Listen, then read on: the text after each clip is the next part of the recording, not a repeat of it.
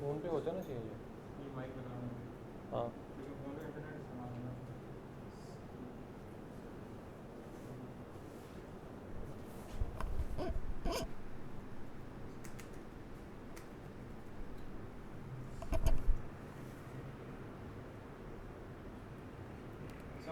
Manage करें दो laptops पे फ़ोन पे। हाँ मुझे फ़ोन पे फ़ोन नहीं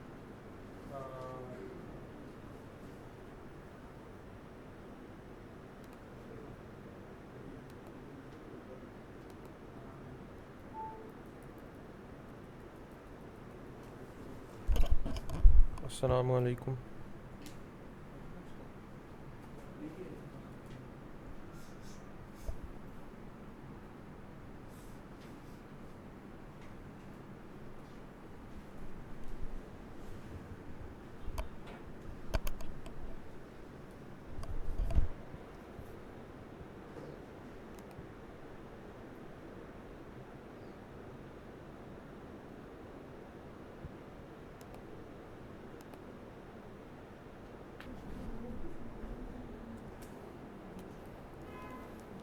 फ़ोन से कनेक्ट किया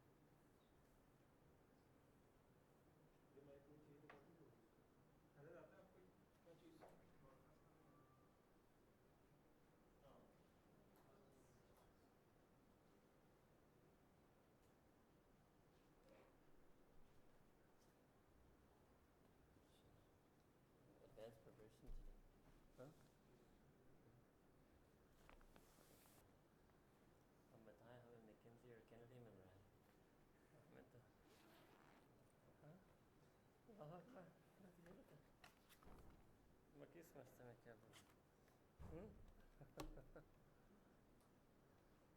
Assalamu alaikum. How are you? At some point it will run out. I know, but you guys have taken it. No, I also have that. The other one. Remember? You'll have to alter it. Right? I have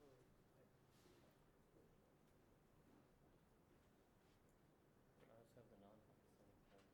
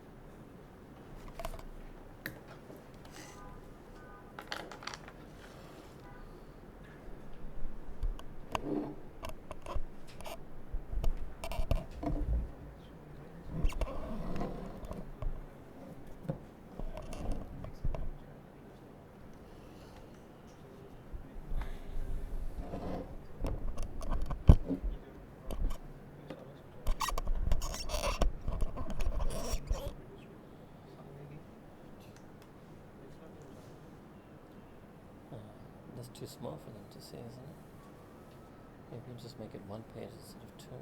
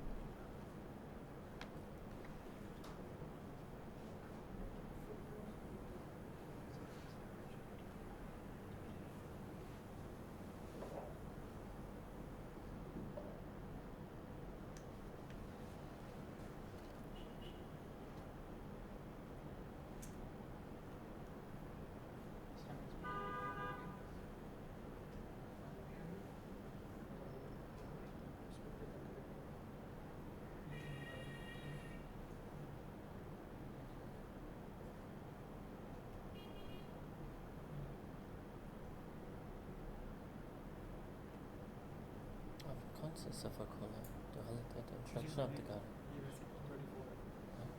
वैसे तो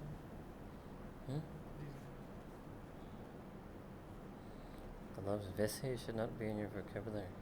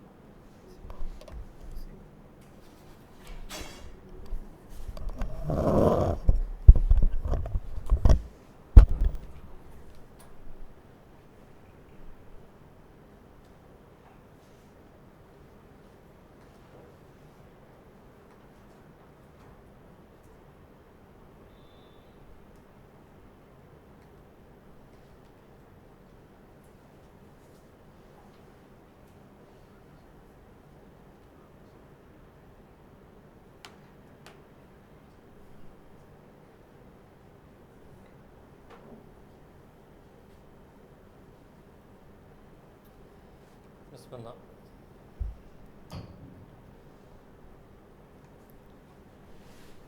Bismillah ar-Rahman ar-Rahim. Allahumma salli ala Sayyidina Muhammadin wa ala ali Sayyidina Muhammadin wa barik wa sallim. This is the conclusion of a workshop we did for you a few months ago.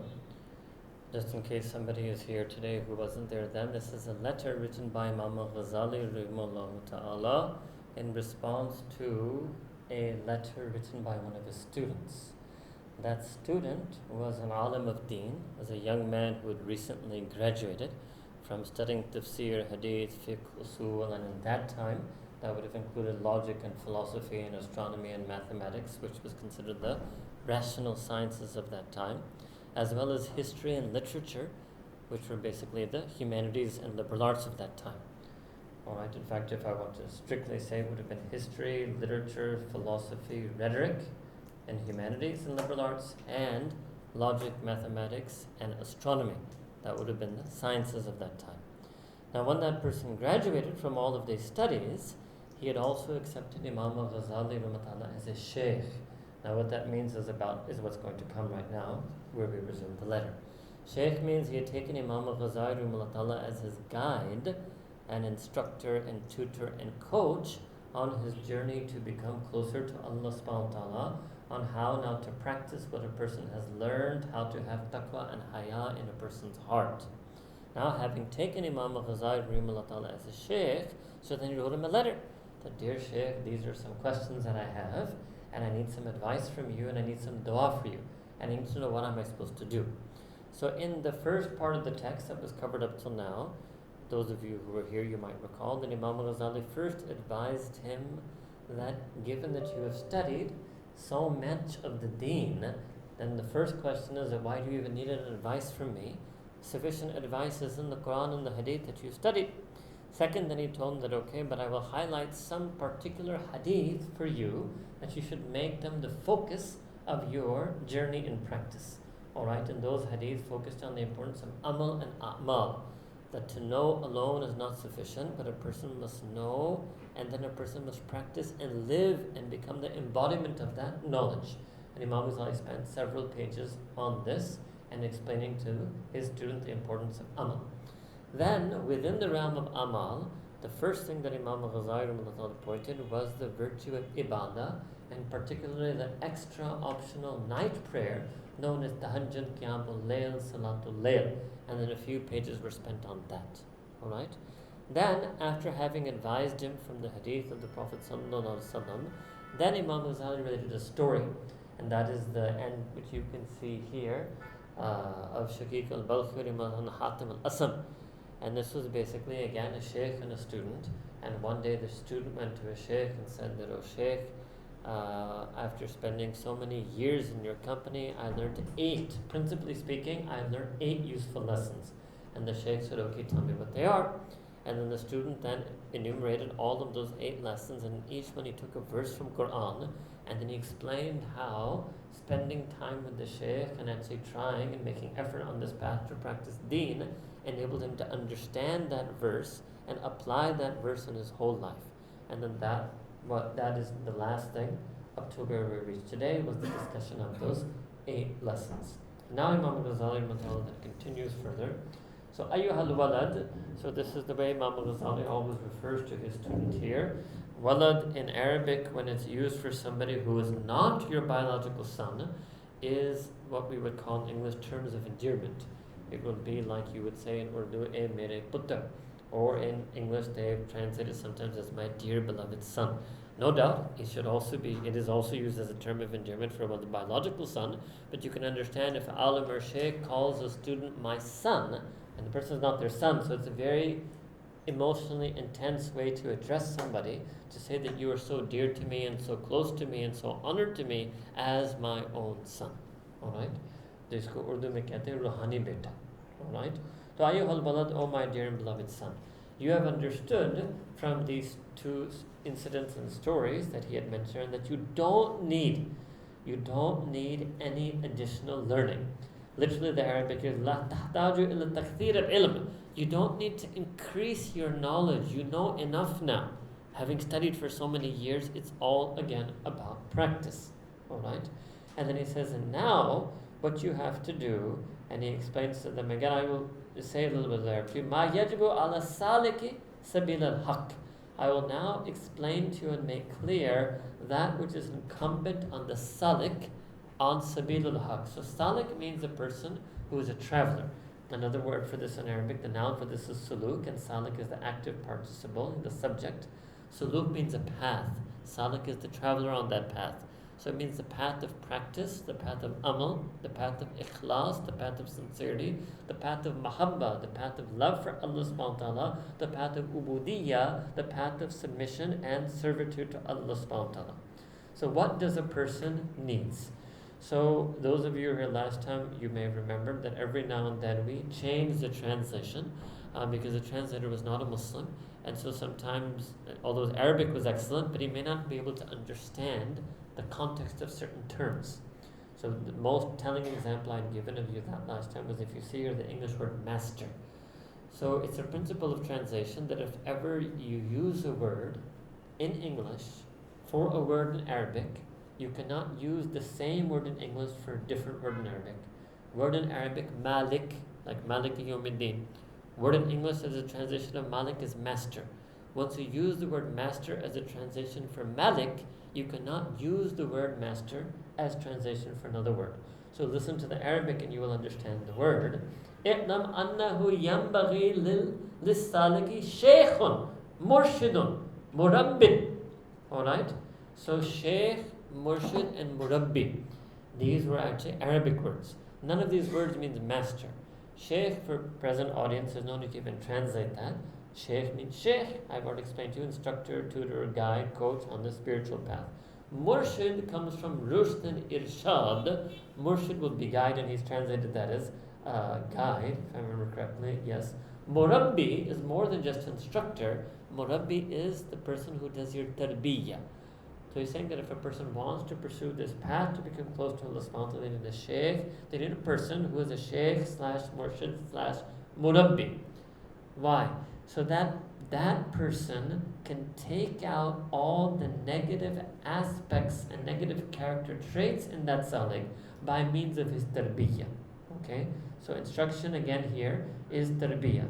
So to rid him of their bad character traits, the word is akhlaq is sayyah, through their tarbiyah.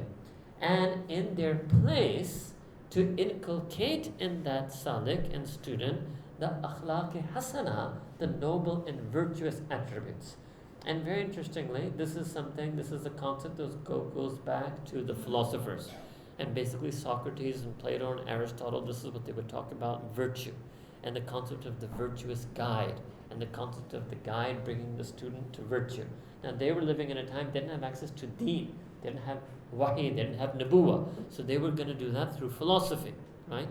In our deen, we try the same way to bring about virtue in people and to create virtuous individuals, but we have deen. So we do that through the Quran and the Sunnah of Nabi Kareem sallallahu alaihi wasallam. Is the first thing that he explains that the seeker needs a shaykh. Second, he explains what the function of the shaykh is. Third, now he's going to explain what is tarbiyah. Wa ma'na tarbiyah. What is the meaning of tarbiyah? Tarbiyah means that the instructor, and he's going to give an example of this, which is an example that was used in the Arabic tradition and then in the Persian tradition and is now used also in the Urdu tradition. He gives it the likeness of the gardener, right? Urdu mein kehte hain mali. He said farmer, but it really means gardener, all right? The likeness of the gardener who uproots thorn bushes and removes weeds from the midst of the crops so that his plants are in a proper condition and his yield is brought to perfection. This is one of the classical examples in this tradition. So you have two types of plants, one that has a gardener and one that doesn't have a gardener. The one that doesn't have a gardener has the same seed of Imām. This one also has the same seed of Imām. But the one that doesn't have a gardener doesn't have anybody. Now one example is this, that trimming the weeds and protecting it, to use more modern examples, to spray pesticides on it to protect it from insects, to cut the rotted leaf to protect the rot from spreading in the plant. All right? So those are the things that the gardener does. And this is all being used as what? Not for ibadah or salah. It's talking about akhlaq. It's talking about virtue, morals, characters, sifat. The sifat come out in a person when they're groomed. And this used to be a word that traditional Europe used to have grooming and finishing schools for their princes. Why? The education was something else, that was their talim. And then they were sent for tarbiyah, for grooming and finishing. A similar concept you had here once upon a time for women in home economics college. Grooming and finishing. It means it requires a process, a training, a method. It requires a teacher, an instructor, a guide to bring out that virtue in a person. Alright? وَلَا بُدَّ لِلسَّالِكِ مِنْ شَيْخٍ يُؤَدِّبُهُ وَيُرْشِدُهُ إِلَى سَبِيلِ اللَّهِ تَعَالَى. And it is absolutely indispensable for a salik, a seeker on this path, to have a shaykh who does now, he says another word, ta'deeb. One is tarbiyah, one is ta'deeb. Yu'addibuhu means to teach them adab, to inculcate adab in them, and to guide them on the path that leads to the pleasure of Allah subhanahu wa ta'ala. Now he says that, look, in the first instance, Allah subhanahu wa ta'ala sent down for his creatures, servants and slaves, Rasulan lil irshadi ila sabilihi, a messenger, yani Nabi Kareem sallallahu alayhi wasallam, to guide them and show them the path that leads to his pleasure and good.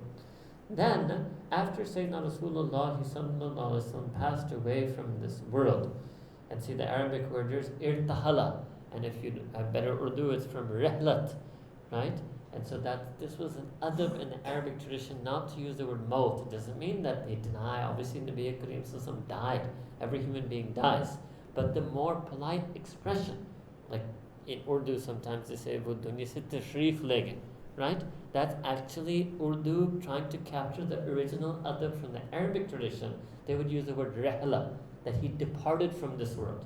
So they would rather, in English that's how we'd phrase it, when the Prophet ﷺ departed from this world, rather than saying that he died, right? Now, some people, they may not understand this. For us, died and departed is the same thing. But then fine, then for you there is no difference in adab. But for those who feel the nuance and the difference, they still prefer to use that term, all right? Again, because the translator cannot understand that this is an issue of adab, so he just translated as died. Right? Again, when you use died in English for the Arabic word maut, you cannot use the English word died for irtihal or rehlat, all right? Now, I won't do any more because it's not a class in Arabic translation, and classical Arabic, but just to give you an idea, I did this only to show you that this is why sometimes people say that why are the ulama always so cautious about reading texts by non-Muslims. It's not because they get it wrong, but because they don't get it entirely right, all right? And that's a problem. But that's our own failure, that Muslims who know English don't translate these texts. So poor Imam al-Ghazali, who had to translate his text, was a non-Muslim, Tobias Meyer, who also did his PhD from Oxford, right? So that's our own fault. You will not find a Christian Latin text being translated by anybody other than well-educated scholastic theologians versed in Christianity. They won't leave it to some random Pakistani Muslim to translate a Christian theological saying. This is the state of our ummah, that we leave our great books and our classics to be translated by people who are not even from our own tradition. All right? Take it. Enough said about that. Now, so when Nabi Kareem sallallahu alaihi wasallam departed from this world, he left in his place khulafa. Right? Now, khulafa, this is referring to number one, khulafa al-Rashidun, Sayyidina Abu Bakr, Sayyidina Umar, Sayyidina Uthman, Sayyidina Ali radiallahu ta'ala anhu ajma'in. And also, khulafa means all of the Sahaba Ikram. Because you see, whenever a person accepted Islam from the Tabi'in, who did their tarbiyah now? Who did their tadeeb? Who was their guide? Was the whichever Sahabi who they met.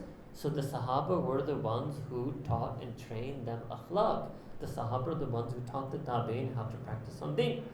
So what Imam al-Ghazali is suggesting here, and so there's a lot of meaning in these sentences, and the translation just captures the word for word translation. What he's saying is that there is now a succession. There's a continuity. That Sahaba will do the tarbiyah of Tabi'in, the Tabi'in will do tarbiyah of the Tabai Tabi'in will do tarbiyah of the next generation, and this will continue. Now, doesn't mean nobody is a prophet. A sheikh is not a prophet. But in the same sense, for example, a mufti is not a prophet. But Sahaba Ikram, they learned the masail of prayer from the Prophet ﷺ. A person today is going to learn from an alim or from a mufti. All right? So that function of ta'lim and the function of tarbiyah continues in the ummah. All right?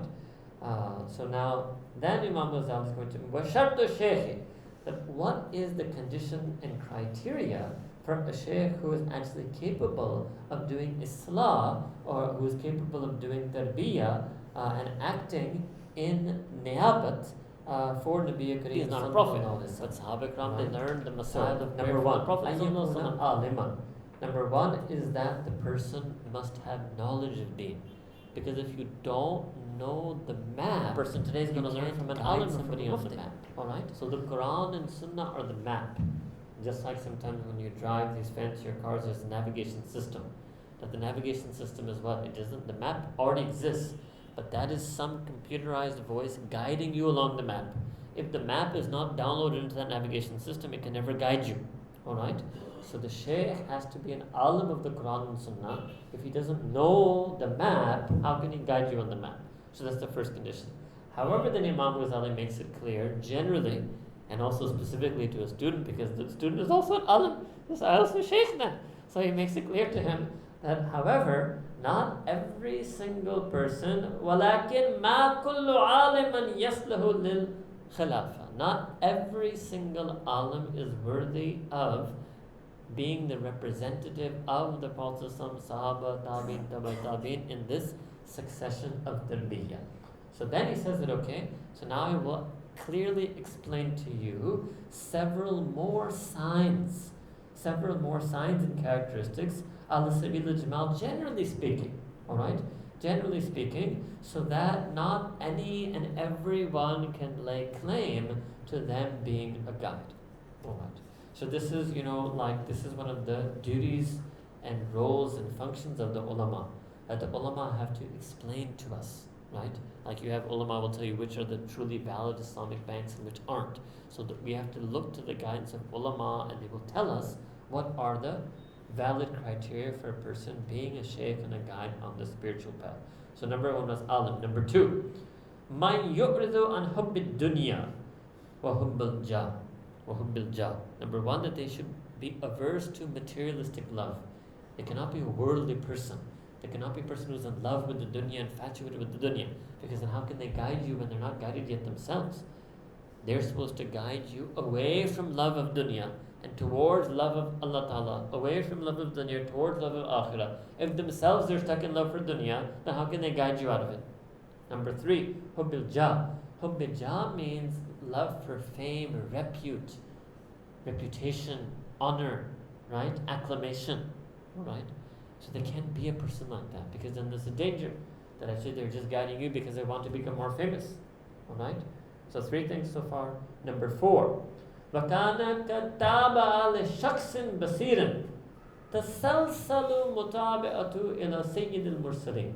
That the person themselves must have themselves followed a shaykh, and that shaykh should have had basira, should have had some inner wisdom and perception. And that shaykh himself should have followed a shaykh, going back to what is called tasalsul, sometimes known as silsila, to a continuous and unbroken chain of transmission leading back to Sayyidina Rasulullah sallallahu alaihi wasallam. That's the fourth condition. Fifth condition is that the shaykh is themselves continuing to train their own selves through practicing what? That they eat less, and they speak less, and they sleep less. Alright? No doubt there are some ulama and mashayikh who are a bit heavyweight, and if that is due to medical obesity or some other factor, or their, well, I don't know, you guys have what, body mass index and bone width and other things. So, no problem. Allah Ta'ala has made human beings in all shapes and sizes. It's not just like only a skinny person can be a shaykh. But if they're fond of eating and they overeat, and due to that they have, then that's a little bit of a problem, right? Because they're indulging, and at the same time they're trying to get you out of the indulgences from the world. Okay? So, qillat al-akl, less eating, and it's interesting again, it's not less food, it's less eating. There's very subtle differences. Less eating, less speech, and less sleep. And then I think we're on number 6, and the 6th is that those things should be less, and on the other hand there should be an abundance of salawat, abundance of prayers, abundance of charity, and abundance of fasting. If they only pray the 5 times fard prayer, they don't pray anything else. If they only fast in Ramadan, they don't do any extra fasts, they only give zakat, they don't give any extra charity, then they're not a person of practice. And a lot of this being guided on the spiritual path is trying to do additional and extra acts of worship to bring oneself closer to Allah subhanahu wa ta'ala. Alright. Then, what happens? Okay, a person says, okay, let's say I find somebody with these criteria. What's going to happen? What happens due to the studentship of that shaykh? So by means of being a student of such a shaykh possessing such insight and wisdom, so what will happen? Then the student will make them, they will sort of chart out a way of life and a path for them which has virtuous, noble characteristics and attributes. Alright? And then he gives some examples such as sabr, such as salah, such as shukr, such as tawakkul, such as yaqeen. Now all of these things but were translated for you. So sabr means patience, fortitude, endurance. Salah means prayer, a life of prayer and worship. Shukr means thankfulness and gratitude. Tawakkul means reliance and trust on Allah subhanahu wa ta'ala. Yaqeen means certain conviction and faith. Well, qana'a. Qana'a means that a person can abstain from the world. A person can go without. They're okay. They're not always in want and need and desire of the world. They have a certain qana'at, alright? Which he's put as contentment, alright? I think the next would have been better if he said tamanina the nafs, that it means they have a serene nafsul mutminna. They're serene, they're calm, they're not a creature or slave of their desire. They have a tempered mutma'in itminan nafs. Wal hilm means forbearance, but tawadu means humility. Wal ilm, knowledge. Was sidq, truth and veracity. Wal haya, and modesty. Wal wafa, and loyalty. Wal waqar means propriety and comportment. Was sukoon, and absolute rest and contentment, rest and ease. Wa ta'anni wa amthaleha. Ta'anni, he has put deliberateness in acting. Fair enough. Ta'anni, deliberateness, and a person who consciously acts, very consciously aware and deliberate in their life, wa amsaleh, and other such characteristics. فَهُوَ إِذَا نُورٌ مِّنْ أَنْوَارِ النَّبِيِّ sallallahu alayhi wasallam, because all of these virtuous attributes is the real nur that came from the teachings of Nabi Kareem sallallahu alayhi wasallam. Always remember that the greatest legacy of the Anbiya is their akhlaq and their sifat, their ahwal, their kifiyat, their kirdar, their virtue, their heart, their personality. That's the real legacy, right? And these attributes and virtues is what makes a person the true legatee of Sayyidina Rasulullah sallallahu alaihi wasallam, what he left behind for our iqtida to follow as an example. Then now listen to what Imam al-Ghazali says. Very important thing. He said this over 900 years ago. Means you can say he said this almost 1,000 years ago. وَلَكِنَّ وُجُودَ مِثْلِهِ نَادِرٌ. However, the presence of a shaykh who has all of the above mentioned characteristics is nadir, is extremely rare. And then he gives this classical example from Arabic poetry and literature. How rare is it? As rare as min al-kibrit al-ahmar, as red sulfur, which means extremely rare, like we would say in English, once in a blue moon, right? That's how English defines rare. It's become extremely rare. So you can imagine if it was that rare almost 1,000 years ago, then you can imagine how rare it is in this day of age. And my own personal opinion is, and it's just opinion, and it's just personal, is that in this day and age, there's no more Kamilin left. And there was a sheikh, his name was Shaykh Ahmad Zarruq, who was not very long, few centuries after Imam was died, maybe 200-300 years after Imam was died. He actually wrote in one of his books about his time that the age of Kamilin has finished. Age of Kamilin has finished. That doesn't mean, obviously, like you may not have the most Kamil Imam, but it doesn't mean you're going to stop praying Salah behind him. You may not have the most Kamil doctor. It doesn't mean you won't. How many doctors are Kamil? You ask me? None. Alright?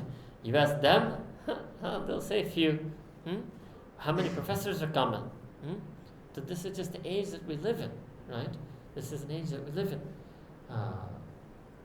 So Imam al-Ghazali was saying it was extremely rare.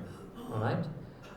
Whomsoever is given that great joy, felicity, happiness that they find such a shaykh as we have mentioned above, and they take him and accept him as their guide in the spiritual path, then it befits them that they should do their ihtiram. So again, venerate is not a good English word for this. Ihtiram means respect, because venerate in English was used actually for God.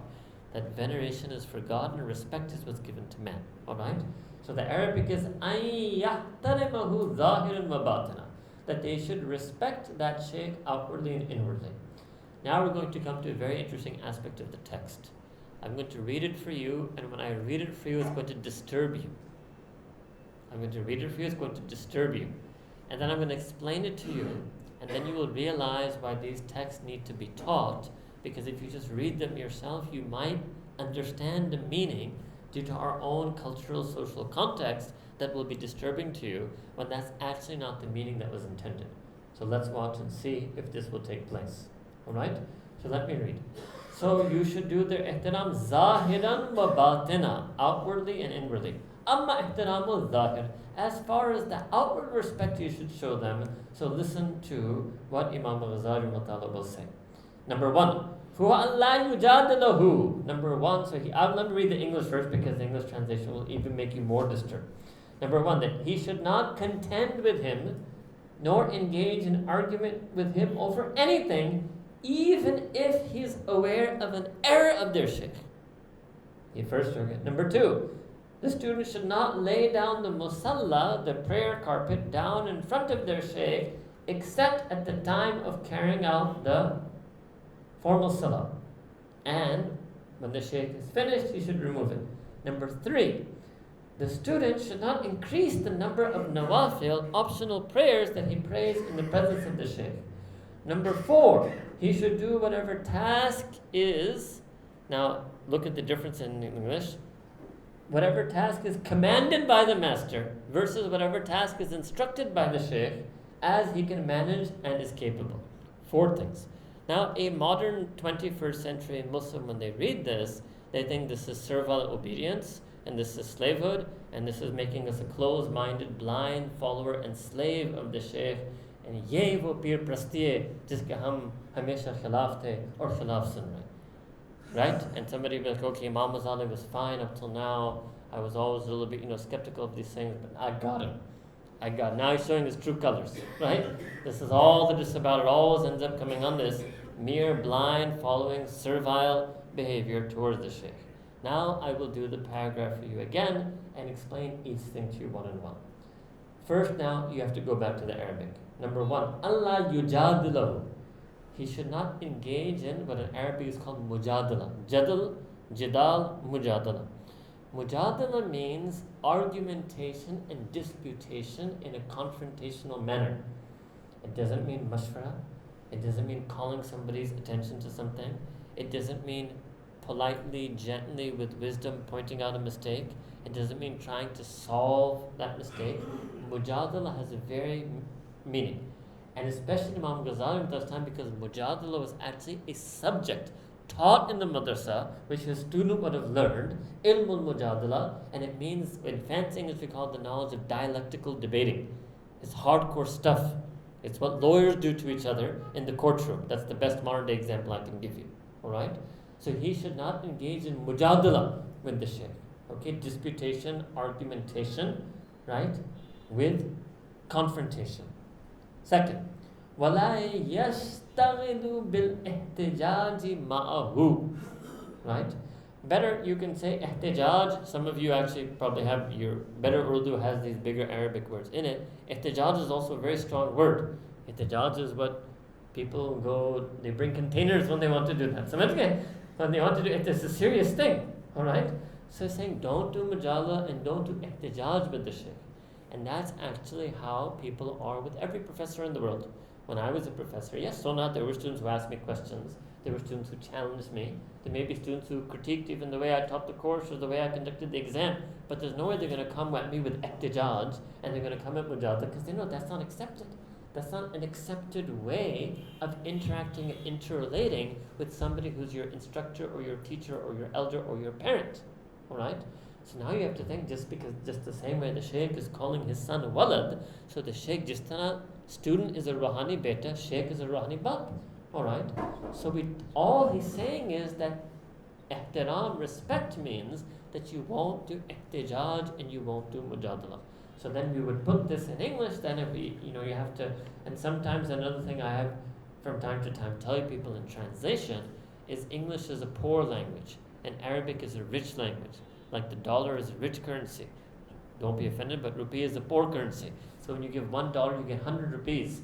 The Arabic is a rich language. When you take one Arabic word, sometimes you need 10, 15 English words to translate that one Arabic word. That's why word for word translation, especially in Quran, when people go for this lafzi tarjuma and they just memorize the vocabulary, you'll never get at the depth of meaning in Quran. There is no one English word that can capture Allah Ta'ala's one Arabic word. There's no English word like that.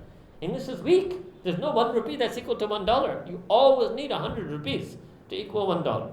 Alright? So now I will retranslate this first issue for you, using a lot of words.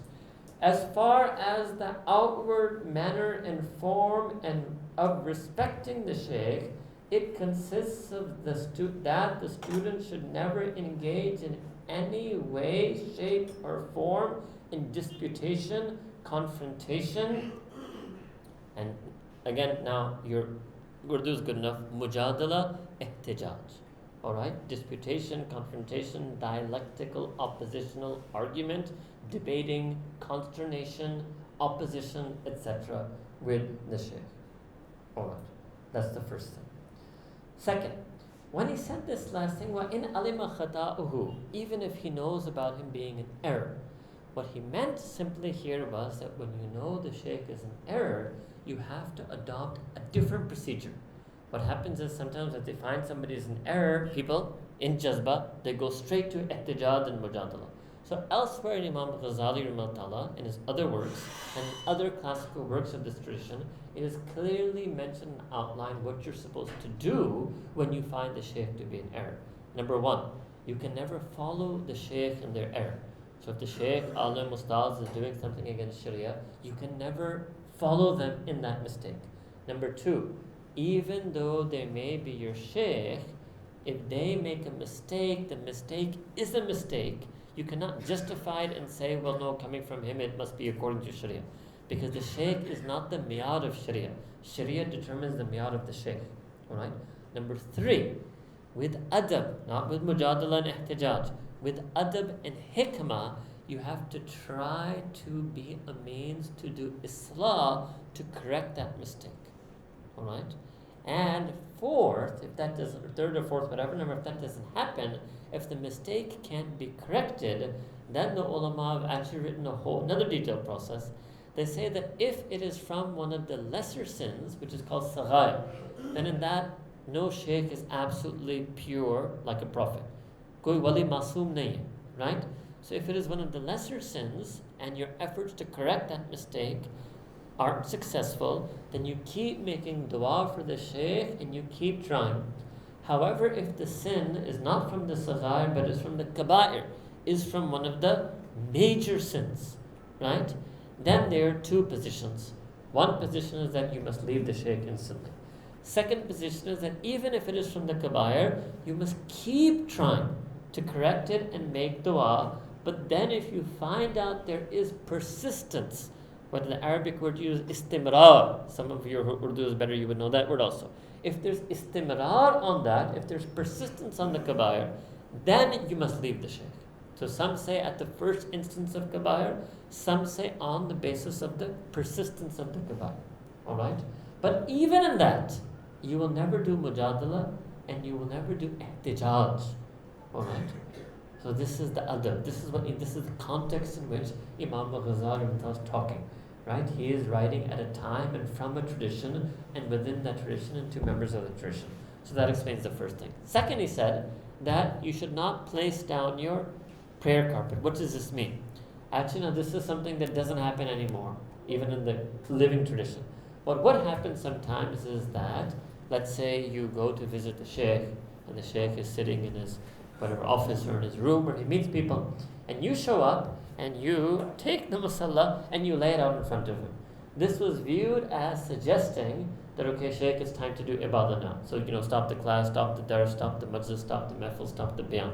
So this is a very minor point actually that Imam al-Ghazali is pointing out. Right? The first one is a very major point. The second is a very minor point. That no, it's not your job to tell the Shaykh when it's time for him to do his nafil ibadah. So you don't go to him and say, okay, let's lay it out and let's do some nafil ibadah. Alright? You understand? Okay. And when he has finished, he should remove it. Right? This is a very light adab. This was something that people used to do for their mashayikh, that when the Shaykh had finished the prayer, he would fold up the prayer mat so that the Shaykh would move on to the next thing. Maybe it's to give a discourse. Maybe it's that he just wants to recite Quran. Maybe he just wants to make dua. Maybe if he's in Haram, he just wants to stare at Kaaba and look at Kaaba. Maybe he wants to get up and make tawaf. Right? These are very minor points of adab. Third was that he should not increase the number of the nawafil in his presence. This is something you should have been able to understand because this is nifaq.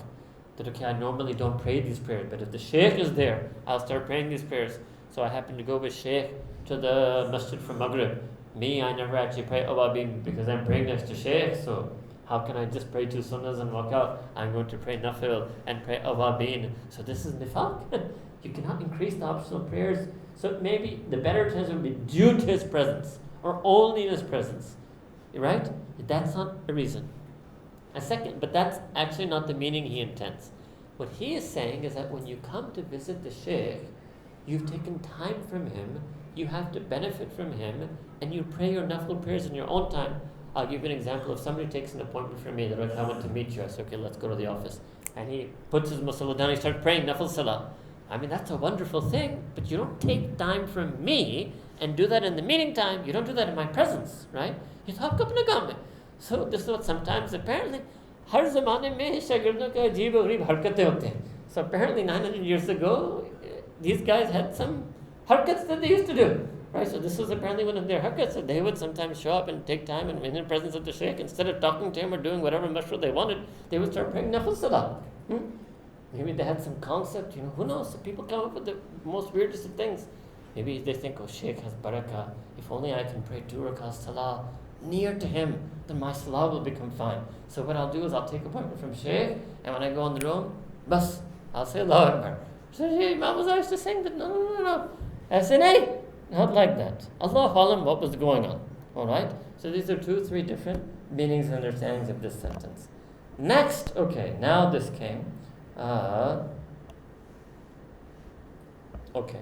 Now that he should, remember I changed English, he should do whatever amal the Shaykh instructs him with, بِقَدْرِ وُسْئِهِ وَطَاقَتِهِ, to whatever extent he is able and capable of doing.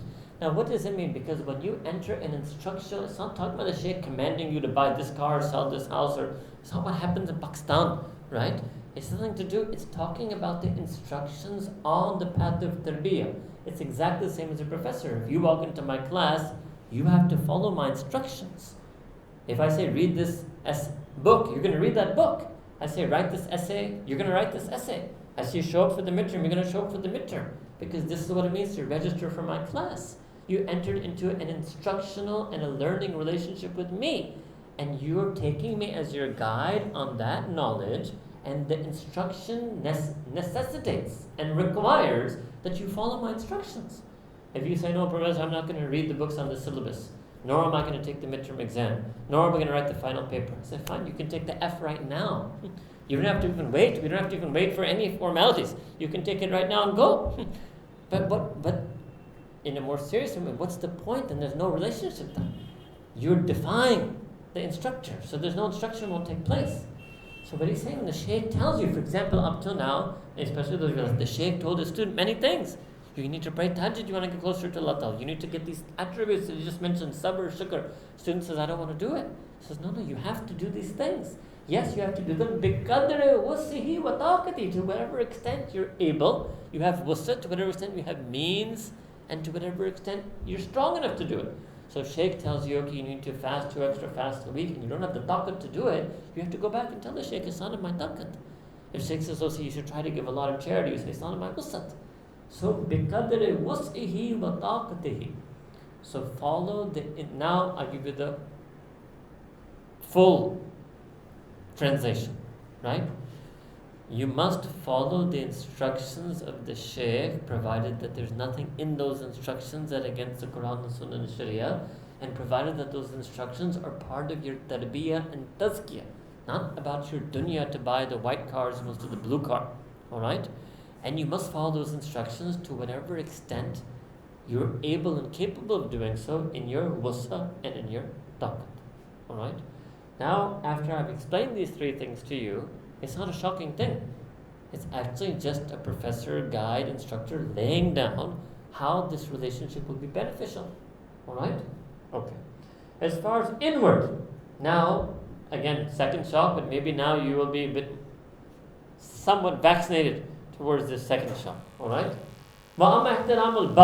As far as respecting the Shaykh inwardly goes, what does it mean? It means that every single thing that he hears and receives from the Shaykh outwardly, that la yunkiruhu fil batin, he should not reject it internally. Now what does this mean? What he's talking about, that if you hear a talk from the Shaykh, let's say on haya, and you listen to it outwardly, your heart has to accept it. And if in your heart you say, no, I'm not going to follow these things, I'm not going to lower my gaze, I'm not going to have sabr, I'm not going to change. So if your heart isn't in it, then there's no benefit.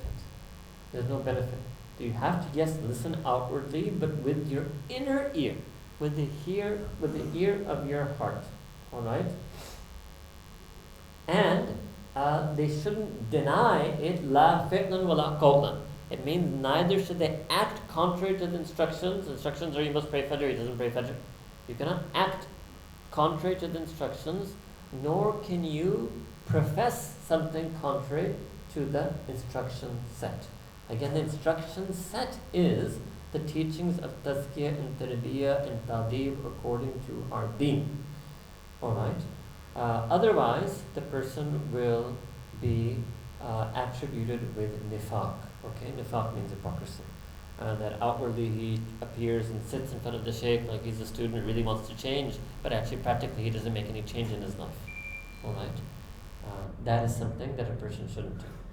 Then Imam al-Ghazali says a very interesting thing. In lam yastati', if the student is not able to do this, if he's not able to listen with his heart and actually practice what he hears, Imam al-Ghazali is very strict, right?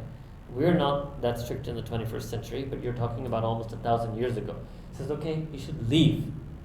He should leave the company of the Shaykh because he's not able to benefit. He doesn't have the proper adab in that relationship. He should leave lest he fall into this nifaq. Alright? He should leave it ila an yuwafika batinuhu zahira, until his inner talab is actually in accordance with his outward talab. Okay? Until his heart is really truly present in that gathering. Okay. Then he says that another thing that a student has to do is that he must refrain and abstain from the gatherings and company of the person who has foul character and evil behavior. Alright? Why? In order to protect his own self, from the shayateen, from the devils, both from the jinn and humanity, right? Both from the devils from both the jinn and humanity, from finding a room or a place in his heart. Literally the word ansahni qalbihi. You can say it in kadil ka sahn. They just really want them to enter the antechamber or porch of their heart, of his heart. Okay? And so that he can protect himself from, you can say, villainy, from their evil, from their treachery, from the treachery of those shayateen, from the treachery, villainy of those shayateen. And in every condition, in any state, he should pick yakhtarul faqra al-ghina. Now what does this mean? He should choose poverty over wealth. It doesn't mean what the words in English suggest, that okay, you should want to be poor. Faqr here actually in Arabic means need. It's better to remain in a state of need than be in a state of, what would be the word, opulence. This would be the more proper way to translate it. At any time when confronted with the two, it is better for him to choose to remain in need rather than opt for opulence. Opulence means extravagance, all right? Extravagant wealth, all right? Because when a person becomes extravagantly wealthy, it becomes very hard then to do all these things that Imam Ghazali talks about. And that's why I feel it's not that they don't exist, but they're very few. The wealthy believers of this ummah, there are very few of them who actually have these things called sabr, shukr, sidq, haya, tawakkul, etc. And that's a problem. Now, money, to the extent that you need it, you can acquire it. Money, to the extent that you need it beyond need, but for comfort, you can acquire that. But when it goes beyond need and it goes beyond a reasonable level of comfort, and it ends up in extravagance and opulence. So this word ghina means riches. Like a person is ghani. Ghani in Arabic is used for like what you would call ultra rich. Alright? Being ultra rich is not a good thing. So actually this was part of the training on this path, literally. That if there was a person, now let me use your 21st century terms, if we come across some tech entrepreneur who says that if I go this route, I can become a billionaire, I would say, look, I'm scared for you. I'm scared for you. You won't understand that. Yes, what are you talking about? I'm telling you, I'm going to be the first Pakistani billionaire on Forbes list of billionaires. I'm the man, right? I said, no. Aap bahut khatra mein. You are going to be in a billion dangers. You're going to be billionaire level of khatra. Because when the dollars are in the millions of billions, then every dollar is a khatra.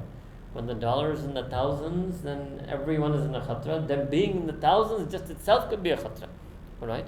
That's what Imam Ghazali does say. Right? He's not saying choose abject poverty and become a pauper over being a reasonable person. That's not what he's saying. Faqr comes from this word in Quran. Ya ayyuhan nas antumul fuqara'u ila Allah. That, oh people, each and every one of you is fakir, you are needy and dependent on Allah subhanahu wa ta'ala. It's good. It's good to say, okay, look, I only have enough money to last a few years. That's good because it keeps your effort on, keeps you working. It keeps you hard working. You know, when Max Weber wrote this thing, The Protestant Ethic and the Spirit of Capitalism, that Protestant ethic wasn't about the ultra-rich. He was talking about people who were working for a living, and yes, they were earning a living, but they didn't earn so much that they thought, okay, we'll never have to work again. You have to keep working, and it keeps you as a productive, engaged member of society. You will find a lot of, now I'm going to pick on a few of you, or at least definitely some of your friends, you will find a lot of upper-class elite kids who are totally spoiled brats. And when English would say they're born with a silver spoon, they don't have to work because they know that they've got rich family money, right? And so that reduces their humanity, that reduces their productivity. It's not a good thing, all right? This is what Imam Ghazali tells us. All right. Then that now you should know deeply that tasawwuf, and again we prefer the Arabic tasawwuf because the English word Sufism means a lot of things. Sufism can mean dancing, drums, tombs, shrines.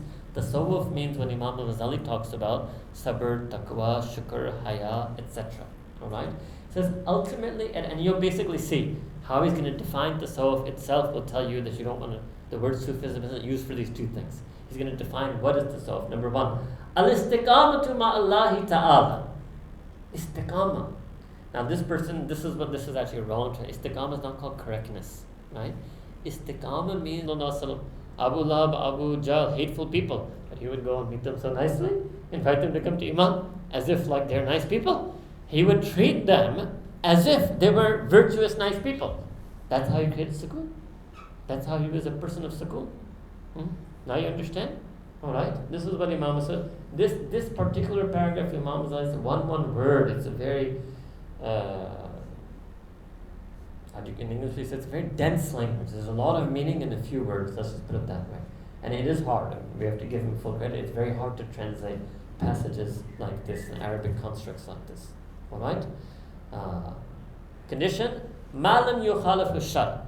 The Sufi will mold himself, bend himself, change himself in any and every way possible to create sukoon with that person, as long as he does it. But he won't change himself to the extent of going against Sharia. He won't do that. Alright? He won't do that.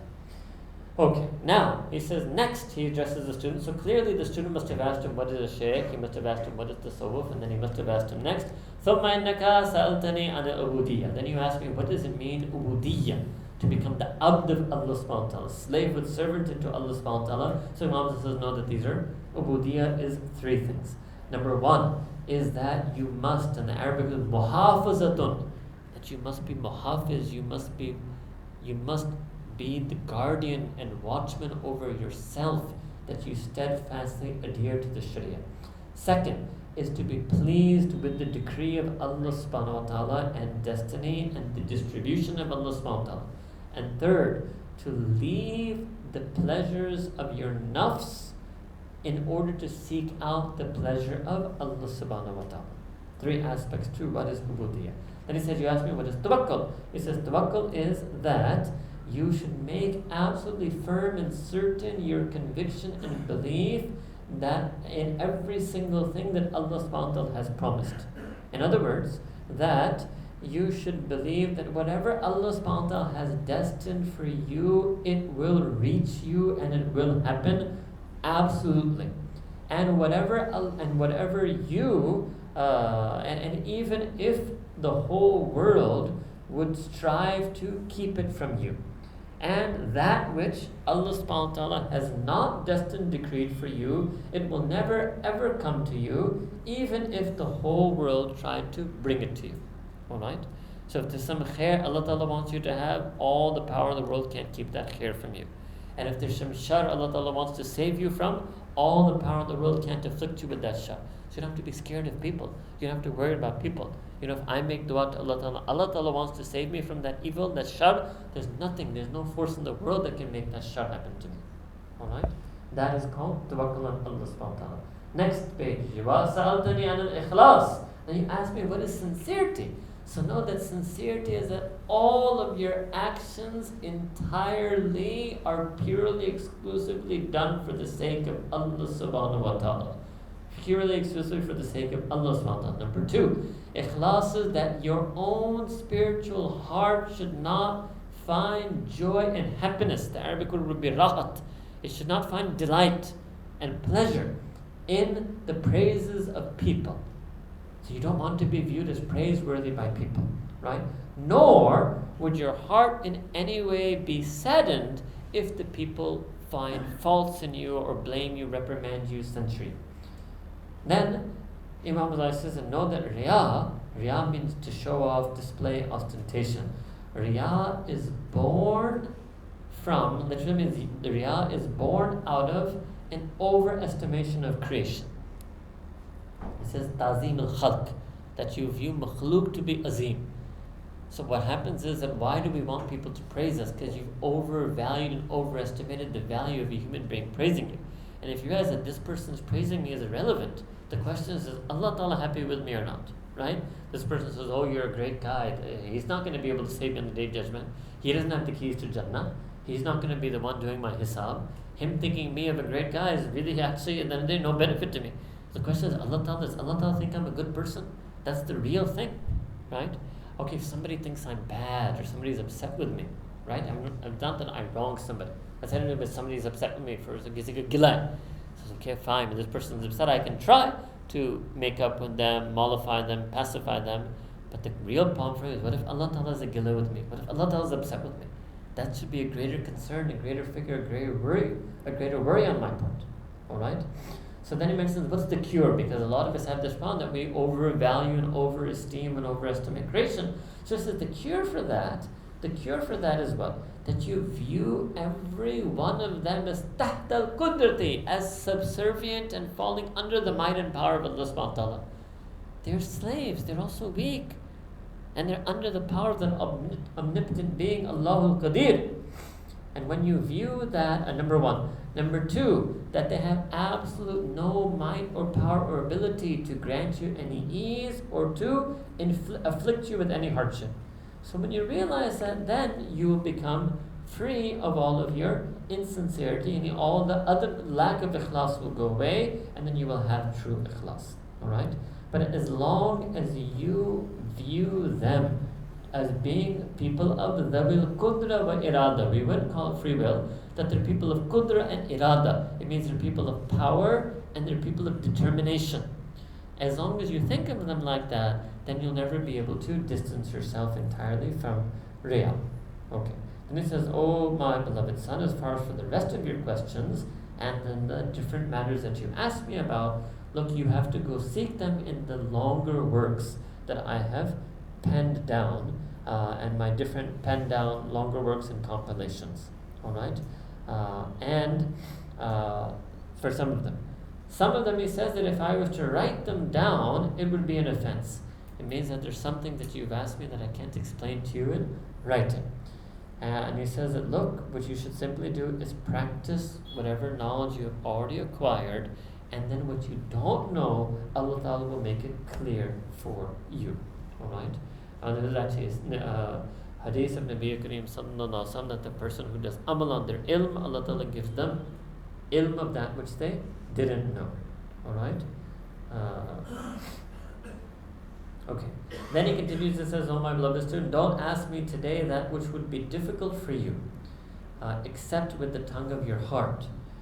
Because Nabi Kareem Sallallahu Alaihi Wasallam, Allah Subhanahu wa Ta'ala said in Quran once about the Sahaba Ikram, وَلَوْ أَنَّهُمْ صَبَرُوا حَتَّى تَخْرُجَ إِلَيْهِمْ لَكَانَ خَيْرًا لَهُمْ. So what happened was some Sahaba Ikram, they kept knocking on the door of Nabi Kareem Sallallahu Alaihi Wasallam because they wanted to ask him something. So Allah Ta'ala revealed a verse in Quran that if only they had been patient and themselves waited for you to exit, that would have been better for them. So Imam Ghazali is using this as a play on words. What he's saying, if you ask me too many things, you won't be able to practice it all. So we would say, Urdu, aap itni baat poochein jo aapko hazam ho sakta hai. ठीक है ना, इतना plate पर खाना लगाएं जो आप खा भी सकते हैं, वरना आपके लिए मुश्किल हो जाएगा. That's what Imam Ghazali is saying, all right, to a student. Okay, and so accept the advice of Khizr radiyallahu ta'ala anhu. Right, there are two views. One view is that Khizr was a wali, and one view is that Khizr was a nabi. I personally view the proofs for him being a wali stronger. I'm not of the ulama of the business of the nabi. That's why I don't say Khizr alayhi salam. I say Khizr radiyallahu ta'ala anhu. All right. So Khizr radiyallahu ta'ala anhu, he said to Nabi Musa alayhi salam, and this incident is mentioned in Surah Kahf, فَلَا تَسْأَلْنِي عَنْ شَيْءٍ حَتَّى أُحْدِثَ لَكَ مِنْهُ ذِكْرًا. Don't ask me about anything until I myself explain it and mention it to you. Right? So there's a lot of lessons that the ulama of tafsir have taken from that story in Surah Kahf about Khizr Ridatun Nabi Musa alayhi salam. And one aspect of that is some of the adab of the instructional relationship. It's not always going to be like that in every matter, because not every teacher is Khizr, all right? But in some matters, there's something. Imam Ghazali obviously has answered a lot of his questions up till now. He's talking about some other questions, we don't even know what they are, but obviously there's some other things that he asked Imam Ghazali, and Imam Ghazali said, look, I'm not going to answer that for you right now. Right now you should content yourself with practicing what you already know. Okay?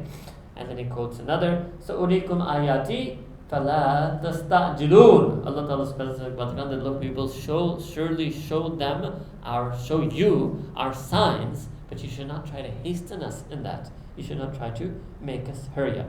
Okay, فَلَا تَسْأَلْنِي قَبْلَ الْوَقْتِ. So don't ask me questions prior to the proper time. Don't ask me things prematurely. For example, Shaykh, when we go to Jannat al-Firdaus and we see Allah subhanahu wa ta'ala, will we be able to see Nabi Kareem sallallahu also at the same time, or will Rasulullah also be looking at Allah ta'ala along with us? I said, don't ask me these questions right now. Rather, you should ask me how to get into Jannat al-Firdaus. Once I feel content that you have actually learned all the knowledge required for you to get into Jannat al-Firdaus, then I'm content that you have done practice on that knowledge, and I feel you are going to Jannat al-Firdaus, then I myself am going to ask you this question, and you yourself will tell me the answer to this question. Alright? So much again. Alright. Take it. So Allah Alam, Fakir Bachara ne kuch pucha hoga, Imam Ghazali said. Right? He must have asked some high-level type question. We don't know what he asked, but Imam Ghazali thos unko seedha kar rahe. He's really clearly setting him straight in this paragraph. Alright? And be certain that you will not arrive So you're not going to arrive at any of these states, ahwal, sifat, except with Allah, with sayr. He's calling it spiritual. Sayr means it's a whole journey. It's not going to be 1 or 2 days of amal. So the word in Arabic used for a long, year-long amal. Long years of long efforts of amal, that's called sayr. Alright? So it's going to take a whole long process. Right? And Allah subhanahu wa ta'ala has used this word in the Quran. Like Allah ta'ala, أَوَلَمْ يَسِيرُوا فِي الْأَرْضِ فَيَنْظُرُوا, that you do not travel on this earth and reflect and ponder and gaze and learn lessons. So it means that you will travel. And there will be certain things, another, Imām is making a ploy, that in words, there are certain things you will be able to reflect upon, gaze upon and reflect upon and understand later on in your journey on the path towards Allah subhanahu wa ta'ala. Alright? And then he tells them, Walad billahi, oh dear beloved student and son, really, he swears by Allah ta'ala that when you travel on this journey towards Allah subhanahu wa ta'ala, you will see some strange things, wondrous things. You will find amazing things will happen in your life. Wondrous things will happen. But you must keep having persistence. The main thing in all of this matter is to have persistence and steadfastness. The way that the Nun Musri, he was a wali of Allah, he said to one of his students that, look, if you can have istiqamah, persistence, then you can come and learn. Otherwise, now, again, this is his English, do not engage in the travesties of the Sufis. What he says is, فَلَا تَشْتَغِلْ, and look, don't do these shughul. If you're not going to do these for a reason, right? You don't do zikr just for the sake of zikr. You learn zikr and practice zikr if you're in it for the long haul. You want to be a person of amal, you want to get these states of taqwa, sabr, shukr, etc. And if you're not in it for the long haul, you're not in it for the real reason, so then don't bother with these zikr iskar. It's not the path for you. It's not the path for you. Alright? Okay. Now Imam al-Ghazali says that I'm going to give you 8 advices, and this is the last part of his text. Alright? Basically, he gives these 8 advices and then he's going to give dua. Alright? Now, these 8 advices are very important. First of all, these 8 advices should be mandatory reading for every alim, because they're actually advising a young alim. But even for those who are not ulama, it's a very good way for you to understand how mashayikh used to do tarbiyat of ulama. Right? You're going to get behind the scenes. Look at this now. This is live. Imam al-Ghazali Shaykh doing tarbiyat of his alim student. Alright? And in that, there are also many lessons and advices that are relevant for us also, who may not be ulama. So listen to the 8 things. Now, after Imam al-Ghazali telling him all these things, finally, if you remember from the introduction, one of the things he asked was, I want some nasiha. So I have some questions I want to ask you, I want answers, and I want some nasiha. Here comes the nasiha. Okay? Inni ansahuka. Indeed, I'm going to give you nasiha about 8 things. Accept them from me. Learn this from me, lest your knowledge become a liability for you on the day of resurrection. Because he's worried. And this is the truth. If ulama do not truly follow and practice their deen, their ilm will actually not count for them, it will count against them on the day of judgment. And the mashayikh of this ummah had a great fikr and concern for the ulama. Alright? That we have to make an alim ba'amal. We have to make an alim with ikhlas. So he says, look, you listen to these 8 advices, otherwise this knowledge may count against you. Of those 8 advices, there are going to be 4 things, Imam is saying 4 things that you should do and 4 things that you should leave. 4 karne ki cheez, 4 chhodne ki cheez. 4 things that you need to do and 4 things you need to leave. But let me start with the ones that you should leave. Number 1, first thing that you should leave is do not argue with anyone about anything. Bahs mubahasa, jagda, किसी के खिलाफ फतवा निकालना. Imam al-Ghazali is making it clear. No. It's not why you have ilm. This is not why you became an alim. Take it? Look at him again. Do not argue with anyone. Allah tunadara ahadin fi mas'alatin. Do not argue with anyone about any Islamic matter. Mastatatu, to whatever extent you're capable. Try your level best not to do that. Why? لأن فيها آفات كثيرة. There's a lot of afat. There's a lot of problems and harm that can come out of it. There's a lot of harm that can come out of an alim being argumentative and disputational, void mujadala ihtijaj, right? فَإِثْمُهَا أَكْبَرُ مِن نَفْعِهَا, and the harm in it is greater than the benefit. Alright? Okay. Now he says another interesting thing. He says that the spring, mamba, the spring for every faulty and negative attribute, such as riya, ostentation, display, hasad, envy and jealousy, kibr, pride and arrogance, wal hikmi, wal adawati, wal mubahati, wal ghayriha. So it means that, to have resentment and to have enmity and to have, you can say, find boastfulness and all these things. All of it comes from arguing. Once you argue with someone, you'll have envy towards them, you'll have arrogance towards them, you'll boast in front of them, you'll have enmity towards them. And this is precisely the greater harm that Imam al-Ghazali is saying. So he's cautioning the alim, don't do this stuff. Don't do this stuff. He says, yes, okay, now, if it so happened that between you and between someone, or between you and some community, arises a matter or an issue. And your intention as the alim is simply this, that okay, the truth according to Allah subhanahu wa ta'ala and deen should be manifested. Alright? And know that in that case you are allowed discussion, not mujadala ihtijaj. You are allowed discussion. Alright? And even then you have to be careful about your intention if you engage in that discussion. Number one is that you should make no distinction between the truth being disclosed on your tongue or that of someone else. It means, okay, you think you might know the truth, so fine, you have the discussion so that for the sake that the truth might be known, but you have to go with an open mind that maybe the other party is actually on the truth. So that's very different from mujadala and ihtijaj means I'm right and they're definitely wrong, and I have to slam them down and show them they're wrong and show them I'm right. No, you can't do that. If you think you're on truth, go ahead and do it, but do discussion and be open that maybe you're actually on the truth, maybe they're on the truth. So if you want to talk, be ready to listen. That's what he wants us to say. Right? If you want to start the discussion, be ready to participate and listen and engage in that discussion. Second, and you shouldn't worry, if you really want the truth to be revealed, so whether it just goes on your tongue or that of somebody else, go on truth seeking, maybe they're the ones who have the truth. And you should be ready for that and you should be happy with that. Because if you truly are only seeking the truth. The second is that discussion in private should be preferable to you than in public. Don't go fatwa nahi chapna uske khilaf. Internet par nahi lagana. Alright? Don't do these things publicly. Go meet that person privately, sit them down and try to hash it out, have a discussion and see if you can find the truth together. Alright? So now right there, you can understand if we us ulama, we follow this is the best piece of guidance. And he wants us, right, if we don't do this, we're going to be in trouble on the Day of Judgment. Alright? So this is the first thing. Generally also it applies to everybody. You don't want to have argumentation, disputation with anyone, and if there's any issue any ordinary believer needs to resolve with any other ordinary believer, do it with an open heart, open mind to find out what is the truth, and try to do it privately. Even husband and wife should not argue in front of children. There's a mistake sometimes parents make, right? Even privacy means let the children go to sleep, or don't show your anger with each other.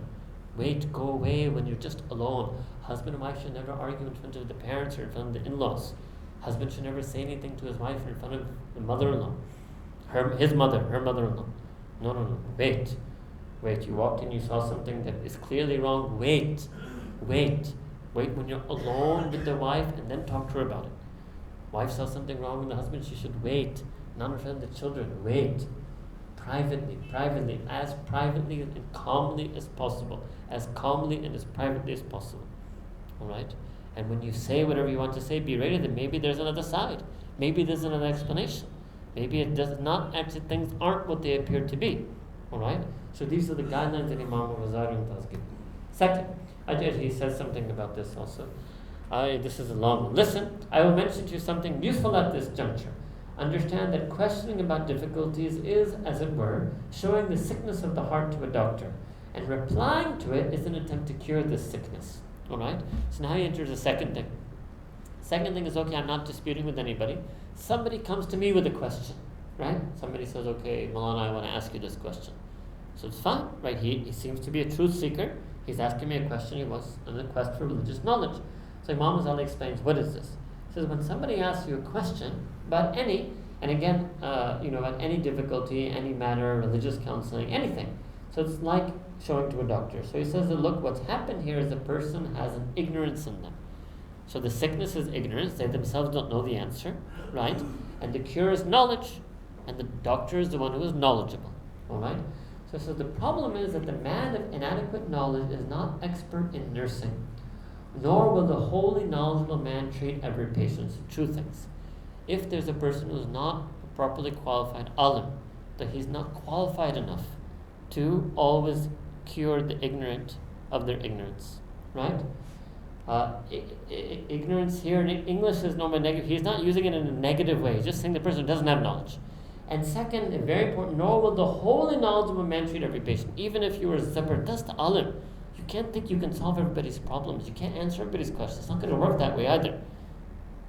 Your skill as an alim still doesn't mean that you can guide every single person, because no one individual will be the guide for everyone. You would say, no, kisi ek alim ka pura deen ka theka nahi hai. That's what Imam Zadu is trying to explain. Alright? Okay. Instead, he will treat whoever longs to, whoever desires to get treatment and help. And if the sickness is chronic or incurable, the expertise of the doctor in regard to it is to state that it is incurable. You should tell the person that, look, there's no solution to this, right? Like, I showed up, I'm angry, I gave my wife 3 divorces, can you tell me how to get back together? It's finished. You broke something so badly it can't be fixed, right? I did this, I did that. People do all types of things, right? And he will not concern himself with treating it, since it would waste his time. It's impossible. Next, note that the disease of ignorance, he means lack of knowledge, not knowing, okay? Maybe let me soften it for you people. I'm parshan on it. So the predicament of not knowing is of 4 kinds. The first of them is incurable, and the other 3 are not curable. As for what 3 aren't incurable, watch. The first is someone who's questioning or arguing is out of his envy or hate for you. So they're not out to seek the truth. They're not out to learn. They're questioning you because they have hatred for you, they have envy for you. And this happens, Imam Zarek, people come to ulama like that. Look, nafrat mein aate, hasad mein aate, bughd mein aate. Right? And he's saying the alim, the young, look, you don't just give up. You can't win that. There's no response you can give that can handle that situation. Alright? It's incurable. So he says, whenever you answer with him, even the best, clearest, or more evident reply, it only increases him in hate, hostility, and envy. I had this experience with a couple of students of this Javed Ghamdisa. So sometimes there were discussions they would have, and I realized that no matter how much I explained to them, I can't satisfy them, because they don't want the answer. They actually just wanted to show that the person they follow knows everything, and traditionally ulama know nothing. And when I would answer the question, they couldn't actually show that, so they would get more angry. Exactly this thing. It would only increase them in their hatred, hostility, and envy towards me. I didn't realize it was meaning, so I kept engaging them. I got happy, okay, most of these guys are coming, they want to learn, let's have a discussion. But I realized the hard way that it didn't work like that. Alright? So I myself have experienced this in my life here in Lahore. Alright? So Imam al-Ghazali, if I had read this, or I had actually read it, but I didn't practice what I had learned. I should have remembered this at that time. He said the modus operandi is not to engage in replying to them. Just don't engage a person who is coming to you out of envy and hatred. And then he quotes this classical Arabic poem. An end may be hoped for every hostility except for the hostility of the person who was hostile to you due to envy. यानी आप हर नफ़रत के इलाज को उम्मीद रख सकते हैं इल्ला वो नफ़रत जिसकी बुनियाद हसद है. वो नफ़रत जिसकी बुनियाद हसद है ना, वो नफ़रत का कोई इलाज नहीं है. Alright? So thus you should turn away from him and leave him with his sickness, means leave him in his state and predicament of not having knowledge. And Allah subhanahu wa ta'ala, then he gives a proof for this from Quran al-Kareem, that Allah subhanahu wa ta'ala said, فَأَعْرِضْ أَمَّنْ تَوَلَّى عَنْ ذِكْرِنَا وَلَمْ يُرِدْ إِلَّا الْحَيَاةَ الدُّنْيَا. That you should turn away from that person who themselves have turned away from our admonishment and advice in the Quran, and that person has no desire for anything except the worldly life. Alright? And he says that the person who has envy, the hasid, Nabi Kareem sallallahu alaihi wasallam hadith that he said that the hasid burns and sets fire to his amal the same way a flame sets fire to the crop. And Nabi Kareem Sallallahu Alaihi Wasallam said that envy devours good deeds as hasad devours good amal saleh, just the same way that fire devours wood. Alright. So that's the first person. The first person who you cannot engage is the one who comes to you out of hostility or envy. Second is the one who has foolishness. What does it mean? The person who's not intellectually capable of understanding the answer to the question. This happens sometimes. The people will ask a question, but they're not intelligent enough to grasp the answer. Alright? So, there's a saying attributed to Nabi Isa that verily I was not incapable, I was able to even bring the dead to life, but I was incapable of curing the fool of their folly. Okay? Who is that person? This is someone who has spent, now this is Imām al-Ghazāli writing over 900 years ago. A person who has spent a small time in pursuit of learning, studying something in the way of non-revelatory, yani dunyavi talim yafta hai, and revelatory knowledge, ek aad dars bhi aa chuka hai. So out of his stupidity, he interrogates and queries the great scholar who has passed and spent his entire life in the non-revelatory and revelatory disciplines of learning. And this person, in their ignorance, they think, the word idiot is strong here. It means that this, Urdu mein kehenge kamgo, this less intelligent person, and due to their lack of knowledge, estimates that what is a problem for him is also a problem for the scholar. For example, somebody coming and insisting that, I attended a class about free will or predestination, and this is just a paradox that can absolutely not be solved. Okay? Now the scholar tries to explain to him how Islam addresses this issue, but that person, due to that one philosophy lecture of 1 hour that he heard from one professor, taking that to be the gospel of truth, he says, no, I can't accept your answer. It's finished. Islam is finished. My iman is finished. I'm an atheist, right? And many times, actually, we say this is in Arabic, we call it tasanno. If your Urdu is better, we say ye to banauti atheist hai.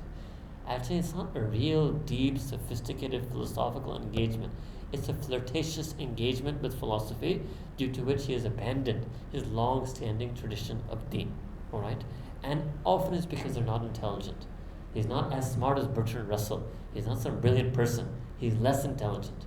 If he had been more intelligent, he would have been able to understand the response and the refutation of that atheistic philosophy. But because he's less intelligent, he can't understand the refutation. So you're stuck. You don't know what to do with a person like that. All right? So this happens sometimes. All right? And the problem is because he doesn't know it himself, so he does not even know this much, that his questioning is due to his lack of intelligence, therefore you should not engage in answering him. So don't engage in the person who comes to you with hostility and envy, and don't engage with the person whose intelligence is not sufficient to the task of understanding the knowledge you're trying to impart to them. Third, right? Third is someone asking for guidance. He's sincere. And everything he does not understand in the discussion of the great scholars is attributed by him himself to the shortcomings of his own knowledge. He accepts.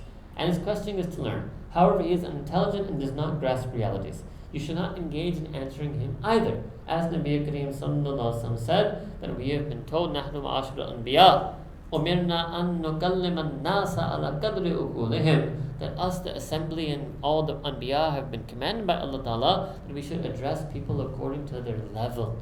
We should address people according to their level. For example, there may be a person who comes who is very sincere, right? Is not ignorant, is not hostility, doesn't have envy, and is asking, and they generally want to understand some very intricate matter of Islamic law or legal theory or jurisprudence, right?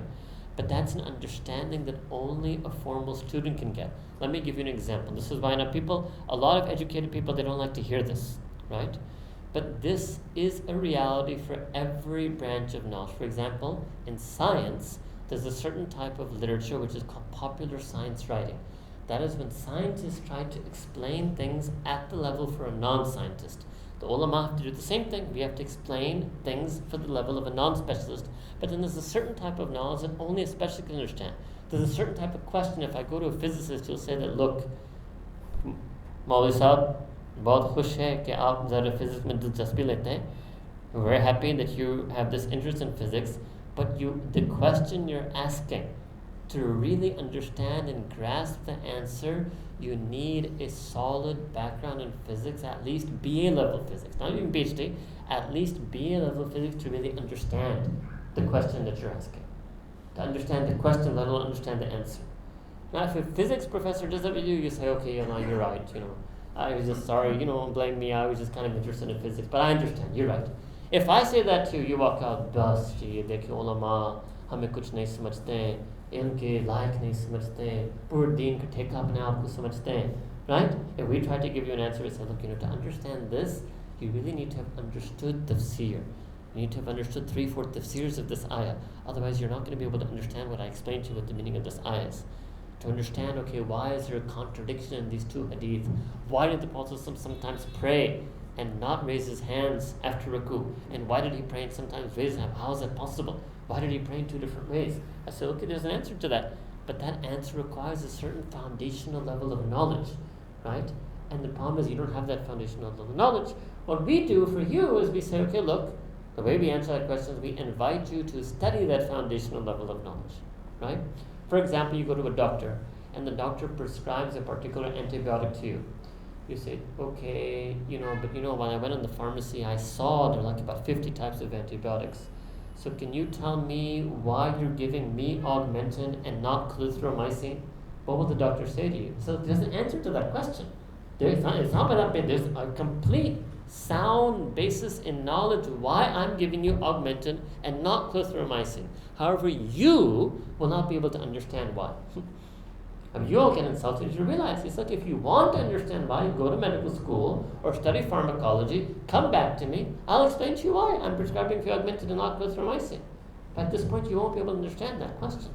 So same thing, you ask me, well, why do you follow the Hanafi position on this and not the Shafi position on that? It's the same thing.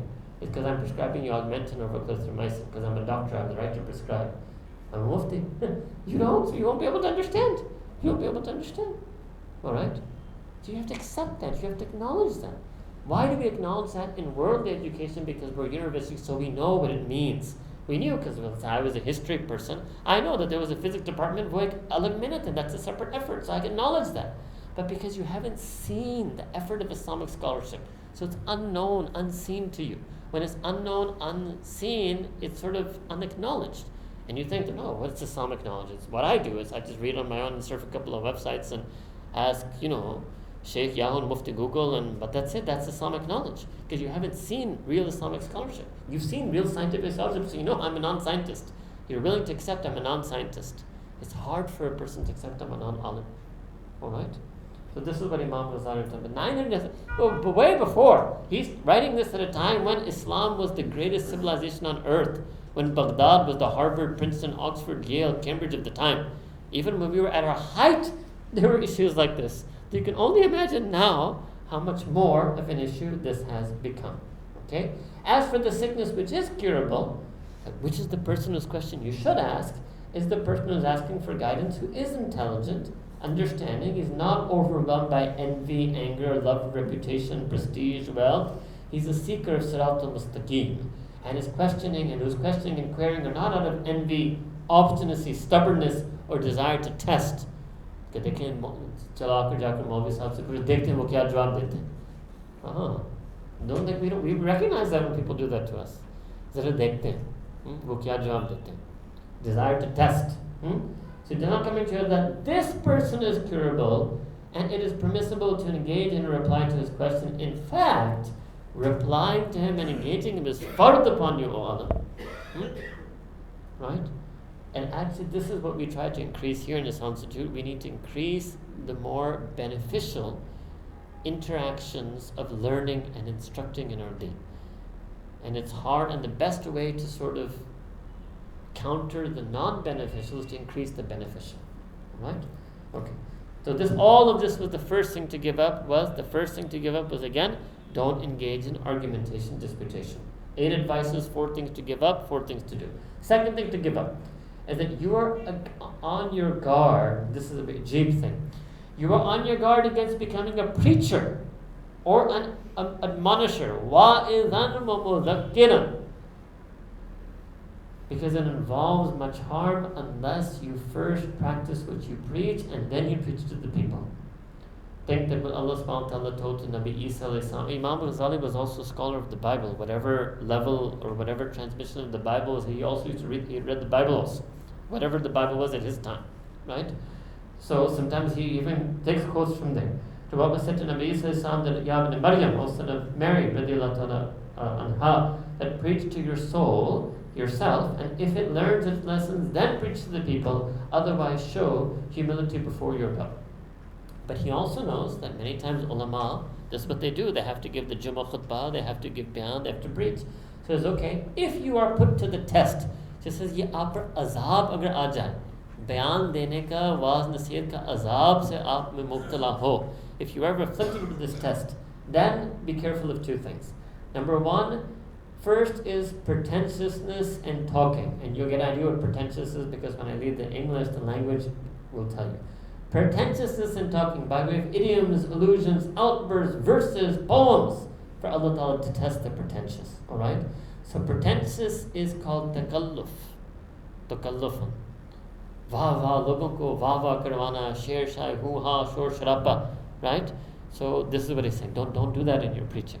Be simple, straight, straightforward, natural, whatever you are, however you talk. Don't falsely adopt airs and falsely adopt these, fancy idioms, allusions, outbursts, verses, and poems. Right? The pretentious and excessive person exhibits inward decadence and the indifference of their heart. Ye sirf apna, how would you say in Urdu? Apna adura dil ko zahir karta. He's just revealing the fraudulent nature of their own batin. The purpose and idea of wa'az and nasiha is for the abid, the worshipper, to remember the fire of the hereafter and his own remissness, it means his own lack and his own failures and lapses in his obedience and service to Allah subhanahu wa ta'ala. And the purpose of advising people is so that they consider and reflect their past life in which they spent in futile things which did not concern them. Third is that they should consider what difficulties lie before, ahead of them, such as the absence of firmness, they don't have yaqeen in their Imām, what's going to happen to them in the final moments of their life, in what state will they pass when the angel of death clasps their ruh, and whether they'll be capable of answering munkar and nakir in their grave, and what will happen to them on the day of judgment, and all of the different scenes and phases that will occur on the day of judgment, and whether they will cross Pul Sirat, to cross the bridge safely, or tumble into the pits and chasms of Jahannam and hellfire. And reminding people of these things and remembering these things is what should remain in the heart, and what should disturb is apathy. Apathy means they're content with themselves, they're happy where they are. You need to shake them up. You need to shake them up. To foment these fires and lament these calamities, that's called tazkir, that's called reminder and admonition. Alright?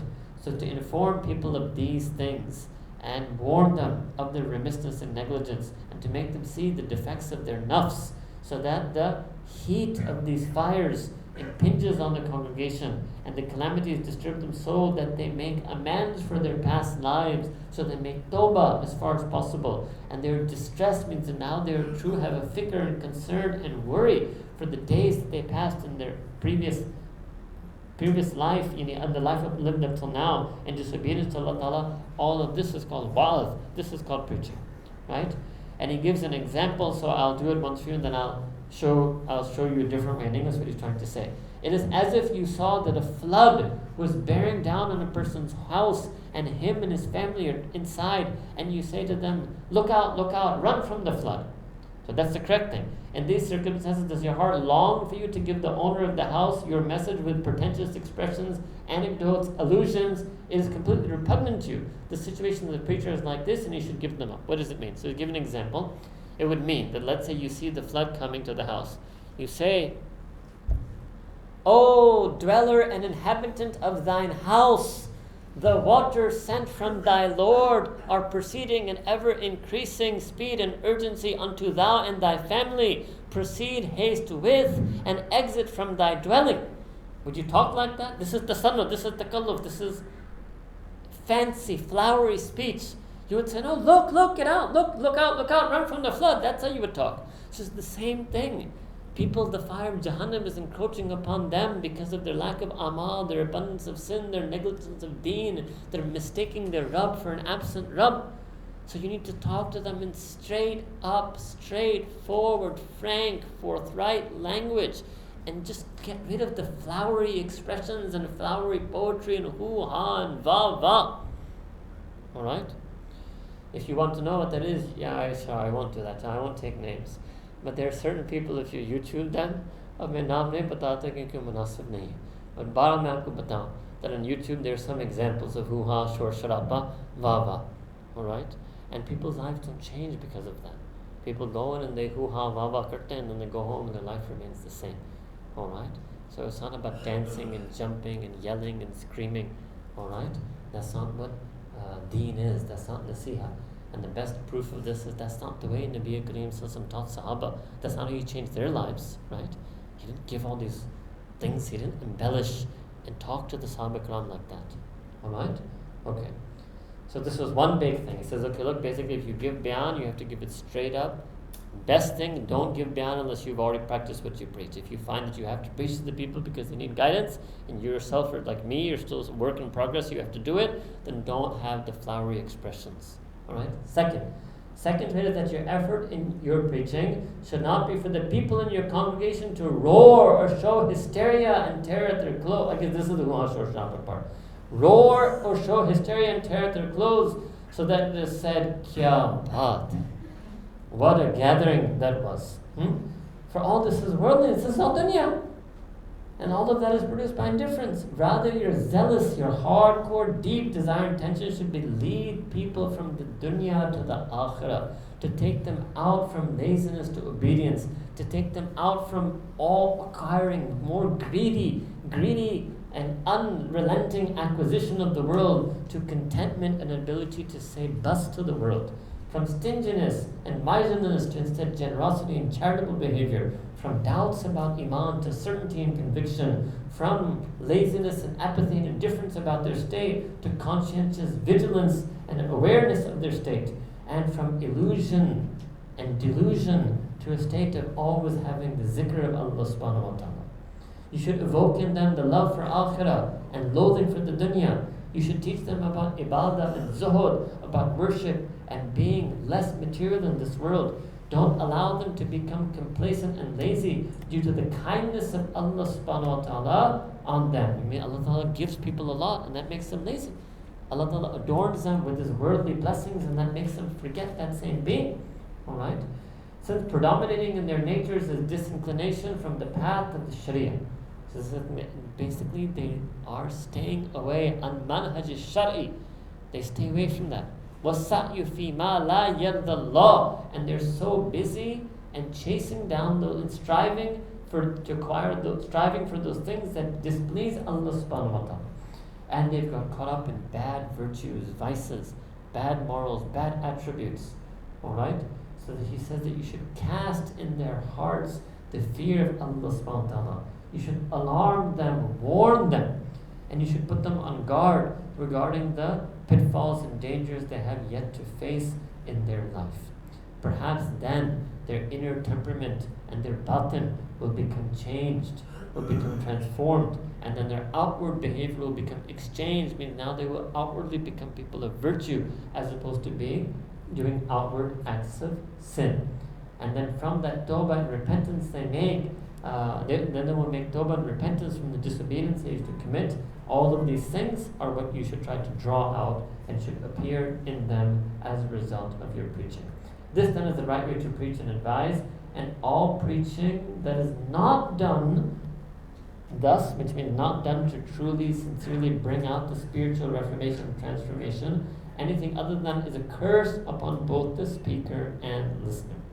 Nay, indeed it is said that the former, meaning the speaker, is a ghal, a demon, a shaitan, right, who sweeps men off the path leading to Allah, destroys them by getting them involved in these irrelevant tearing clothes and all that stuff.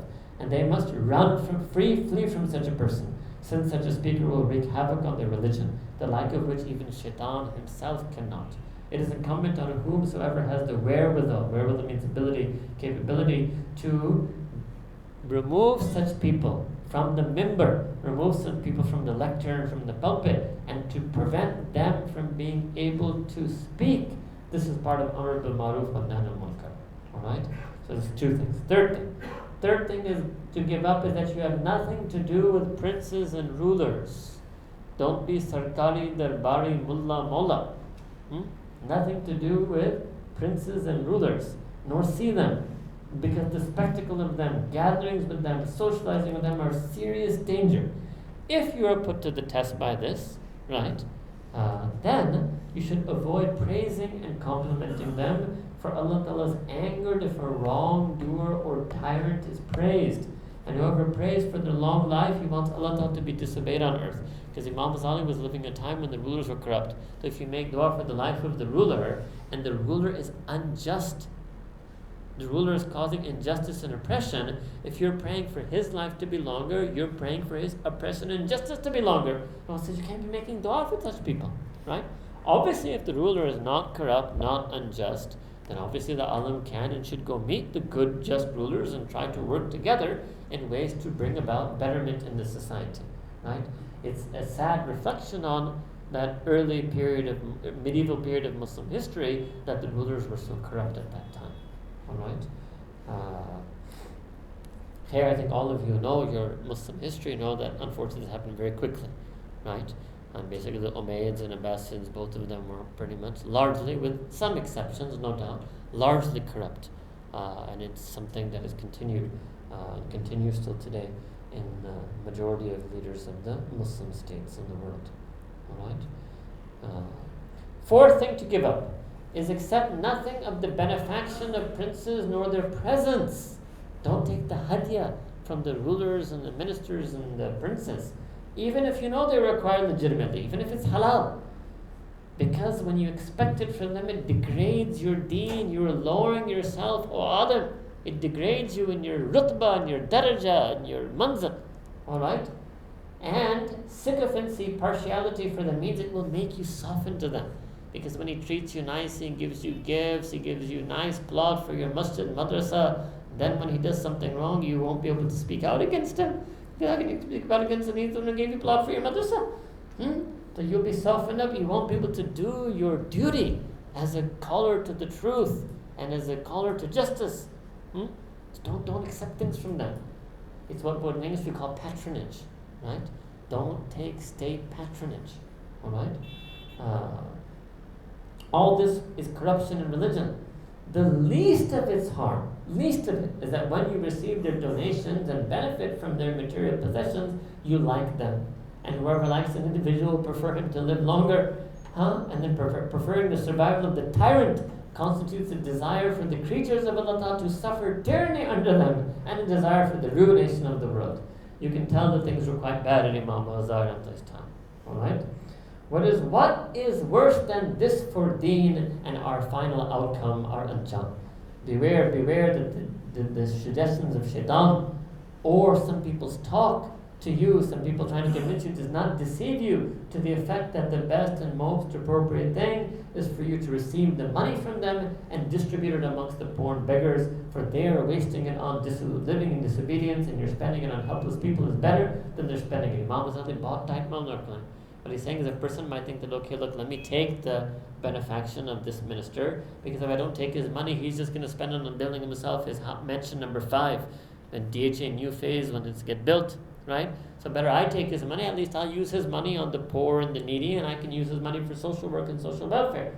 Imam Ghazali is very strict, right? I mean, I don't know today if we would necessarily suggest that, but I'll say, don't even take it for that.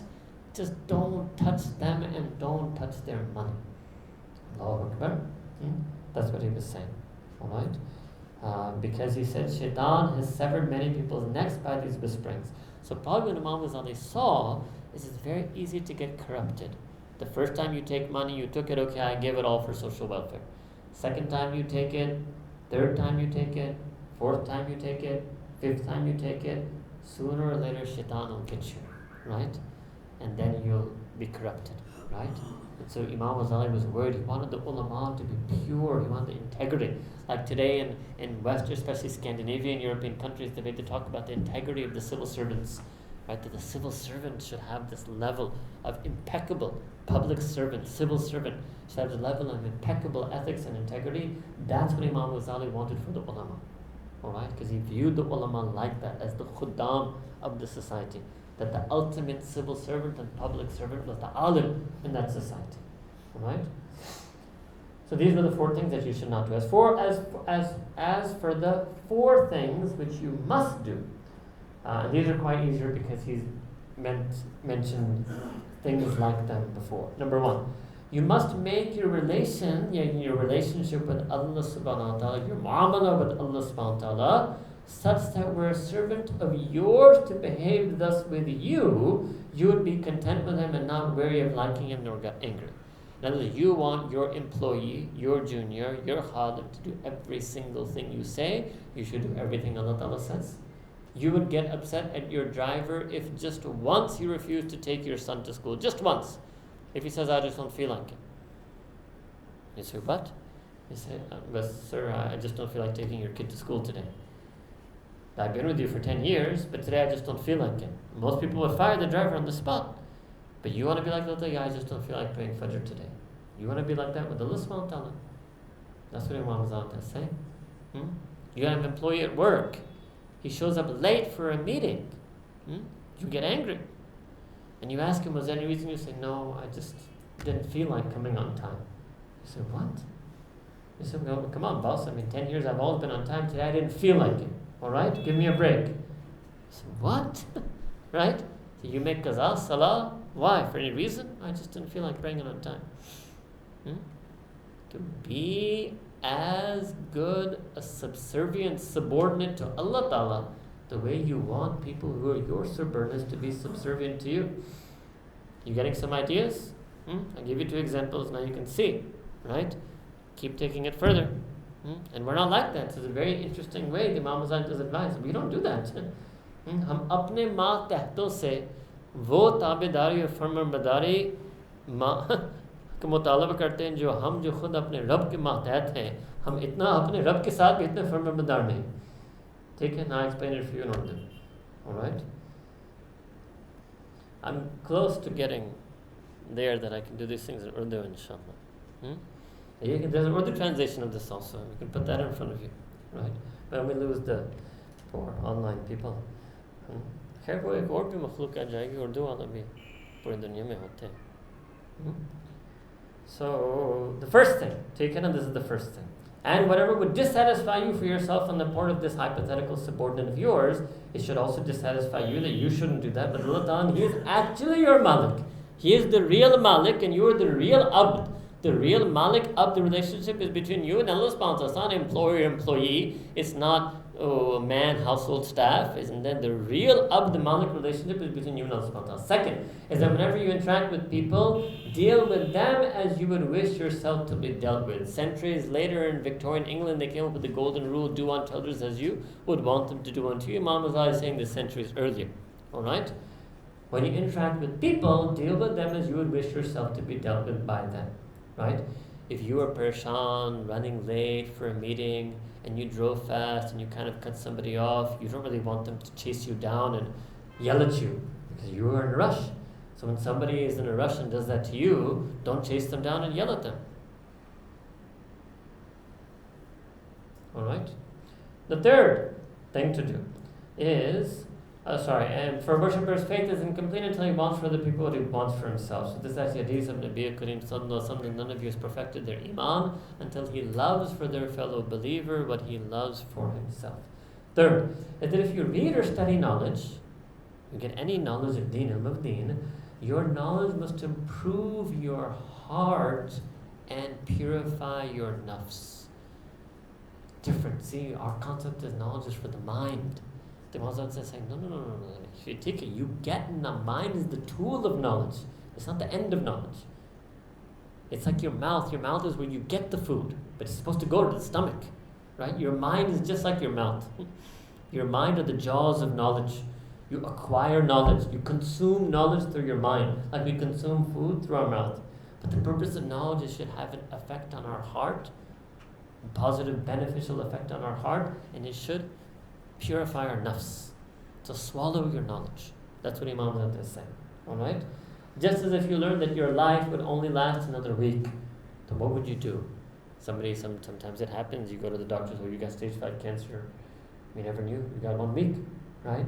So he's teasing the alim. Look what he says. So what would you do? Would you spend it in learning? About Sharia, Akhlaq, Usul al-Fiqh, Ilm al-Kalam? No, you'd forget all the madrasa learning. What would you do? You would go to amal. You would look at your heart. You'd try to make yourself a better person, right? You'd forget all these worldly things. You would think, I've got 1 week. 1 week left to purge myself of my ugly traits, to occupy myself with worshipping and adoring Allah subhanahu wa ta'ala, to finally once and for all get the good akhlaq and sifat inside myself, right? So that's what you would do. So he says, no, that not a single day or night passes for any abid except that death is a possibility. Not even a week later, he's saying it's a possibility that very moment. Har lamaha mein maut ka imkaan hai. Every moment is imminent. Every moment death is imminent. Allah knows best, no one knows. Right? Okay? Every young man who died in a car accident, you think he knew he was going to die in a car accident? He thought he was coming home that night. He was just like you. When I taught at Lums, there was some Lums kid who died in a car accident. I even remember that now. He didn't know that. He thought he was going to graduate. He didn't know. His parents didn't know. All right? Any time, any and any moment, any and every moment, death can come on a person. No one knows. No one knows. So act like that. Act like you're ready. This is something Nabi Kareem sallallahu alaihi wasallam said. Al-istidadu lil-mauti qabla nuzuliha. That the sign of a believer is that they're prepared for death before death comes. They're ready. So angel of death comes to me, yeah, I was ready for you. I don't think, how many of us could say that? If in the next 24 hours the angel of death visits you, you think you'll be able to tell him that? Assalamu alaikum, ahlan wa sallam wa marhaba. I was ready. I've been ready and waiting for you. How? It's because my Allah Ta'ala told me about you. And my Nabi Kareem told you about you. And I said, La ilaha illallah Muhammadur Rasulullah. I'm ready. Well, you think I didn't know you were coming? Oh, which one of us going to talk to Malakul Maut like that? So, you came now? You came now? You're not supposed to come now. WHO, they told me 72 years life expectancy. WHO. Bhai, WHO ko chodo main aa gaya. Allahu Akbar. To be ready for death. This is Imam Ghazali advising. So, this was the third thing. Alright? Yes. Then before he goes to the last and final thing, which is the last and the final of the 8 advices, which is he'd done 4 not to do, he's in 3 to do, before he goes to the 4th to do, and the last thing he says, Ayyuhal walad, or my dear beloved student, listen to another statement from me, and think about it. Think about it in order if you want to find your salvation. Alright? And he said, if you were notified that the ruler would be coming to visit you in a week's time, I know that during this period you'd be occupied with nothing but putting in order what you knew his glance would fall on. Whether he would look at your clothing, he would look at your person, he would look at your house, your room, your furnishings, and so on. Now think what it is I'm hinting at, for you are intelligent. A single word is enough for someone clever.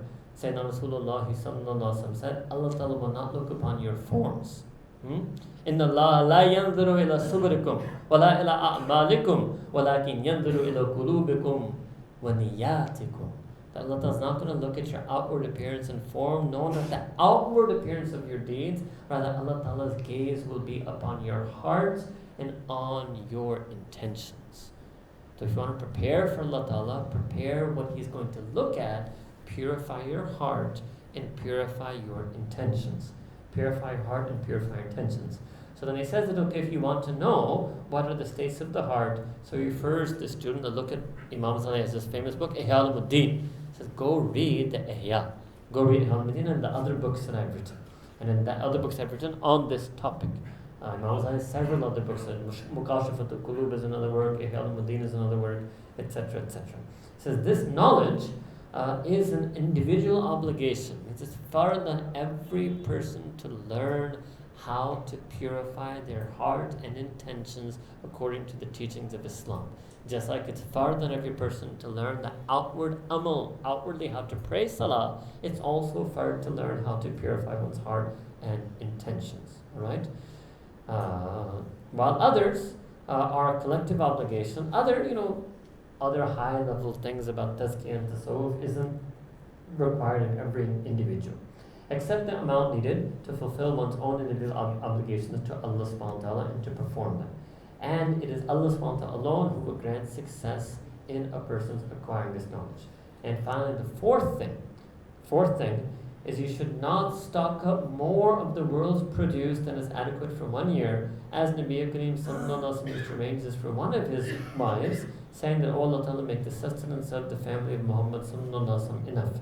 And he used not to arrange this for all his wives, but he used to arrange it for the one in whose heart he knew was a weakness. As for whoever of his wives was confident, he used not to arrange more than 1 or half a day's sustenance for her. So what is this? This is what in today's English we would call savings. Everybody divides their income between consumption and savings. So if a person asks the question, then how much am I allowed to save in Islam? Alright? So understand that in our deen, there are different levels. So one is what is permissible, second is what is preferable. Answer: what is permissible is absolutely 100% halal and permissible, according to every single scholar of Sharia, that you can save as much as you want. Jais, you can save billions of dollars if you want, no problem. But in our deen, it's not considered preferable, right? It's not preferable. So permissible, you can save. You can hoard money your whole life. You can hoard so much money that your children will be wishing that you die so they get your inheritance. Lest it happens sometimes, I'm telling you. It's a very cruel reality. But I'm telling you, sometimes it has happened like that. It does. So if that's what you want to do, you can do it. But it's not preferable, right? The Imām al-Ghazāli is talking at the level of what's preferable. So somebody asks the question, okay, I want to know what's preferable. How much is it okay for me to save, right? So Imām al-Ghazāli is taking a again, I'm telling you, these are hardcore positions. Most of you aren't ready for this. I'm not suggesting to you that you're ready to practice at this level, right? He took the position, okay, well, let's refer this question back to the Sunnah. So how much did Sayyidina Rasulullah sallallahu alaihi wasallam himself save for his family? Now understand very clearly, when you're talking about these types of sunnahs, you cannot imitate these sunnahs until you have the other sunnahs, until you have the same love for Allah Ta'ala like the Prophet had, unless you have the same tawakkul on Allah Ta'ala like Nabi Kareem sallallahu alaihi wasallam had, unless you've stayed away from love for the world like he has. It's only then that you reach this sunnah level, right? So us, we're not on that sunnah level, but still we must know who and what our Prophet was. So the most that he allowed, and he has not taken the name, and I'm not going to share with you the name either, but there was one of the Ummahatul Mu'mineen who, let's say, was a little bit, relatively speaking, to her fellows, a little bit more worried about worldly sustenance. So for her, Nabi Kareem sallallahu alaihi wasallam said, fine, what I will do is I will store up for you. He must have done some hisab of whatever the monthly expenses are, or yearly expense rather, and 1 year's expense, I will always keep that for you and save it. But let's say, as an example, let's say somebody says my monthly expenses are 3 lakhs a month. I'm just picking a random number as an example, all right? So I would say, okay, if you want to follow, and this is not, it's not necessary, it's not even sunnah in that sense, it's just completely optional to follow this, right? So I would say, okay, then 1 year would be 36 lakhs. So basically, you are allowed, in this preferable position, you could save up to 36 lakhs. So the question is, well, what if I have more than 36 lakhs? You give it away, you give it to the poor, right? Now, this is the way Imām al-Ghazāli was training the ulama. And this is our tradition in our deen, that the ulama are actually trained not to have a lot of money. Even if they may actually be rich, or they may have ways of making money, or they may have ways of earning money. They're actually trained like that. They're told that by their mashayikh who trained them. That's not your life. You're not the person who's going to drive the Land Cruiser, and you're not the person who's going to have 5 plots in DHA, even if you may have that ability, right? Because that's not the life you've chosen, right? So remember, in this case, it's pertinent for you to remember he's talking to an alim, right? So this is the way Imām al-Ghazāli would train his alim students. Even Imām al-Ghazāli wouldn't train his non-alim students at this level. He would train his alim student that up to 1 year of savings you can have, and the rest you have to give it away in charity. Right? Take it. So that's it. Now Imam al-Ghazali is done, and now he's just going to end with a dua, and we will just do that, and then we have to leave because Asr is at 4:45. I'll be coming back and I'll be sitting here from Asr to Maghrib, so that now that we finished the text, anybody who has any questions about the text, and we can have an interaction session and discussion on that for those who want to come back. That will be from Asr to Maghrib. So now that Imam Ghazali just ends, and I can just read this very quickly, he says, Ayyuhallah, my dear beloved student, I have addressed the things you asked for in this discourse, and you must carry them out. This is what he's saying, this is what the Shaykh is saying, you have to follow it. And do not forget me in this, and mention me in your devout supplications. You remember me in your pious du'as. As for the dua you requested from me, look for it amongst the supplications and the collections of authentic traditions in the hadith, and recite this dua during all the moments you have, in particular after your sujood in your nawafil salah. Now we don't know exactly what dua he requested. We don't know what the question was. I don't know because we don't have access to that text. Allah, maybe he asked him some dua that you can pray in his sajda. Maybe he asked him for dua which is known as Sayyidul Istighfar, as dua, for example. The dua that Allah Ta'ala has determined will grant you the most forgiveness. So Nabi Kareem Sallallahu Alaihi Wasallam mentioned this dua, this is called Sayyidul Istighfar. We don't know because we don't have answers to the question, right? And then he just generally makes dua for his student and for himself. To Imam, this is the very last page of the text. To Imam Ghazali, he makes dua that Allah subhanahu wa ta'ala, I beg thee in regard to grace. It's hard, if I do it in Arabic, you won't understand. The English is quite archaic British English here. Oh Allah, I beg thee in regard to grace for its completeness, in regard to protection for its permanence, in regard to mercy for its totality, in regard to well-being for its realization, in regard to livelihood for the most plentiful, in regard to life for the most happy, in regard to beneficence for the most perfect, in regard to favor for the most inclusive, in regard to generosity for the most sweet, and in regard to gentleness for the most intimate. Alright, means I ask you for the most intimate of gentleness, the most sweet of generosity, the most inclusive of favor, etc. Ya Allah, be for us and do never decide to be against us. Ya Allah, conclude our lives with happiness and make our hopes abundantly real. Unite our mornings and evenings in well-being, and entrust our destiny and future state to thy mercy. Pour the vessel of thy forgiveness over our sins, grant us the correction of our faults. Make God consciousness taqwa our provision, zad, and make our exertion to be for thy religion, and our trust and our confidence to be in thee. O Allah, set us upon the path of righteousness. Protect us in the world from causes of regret on the day of resurrection.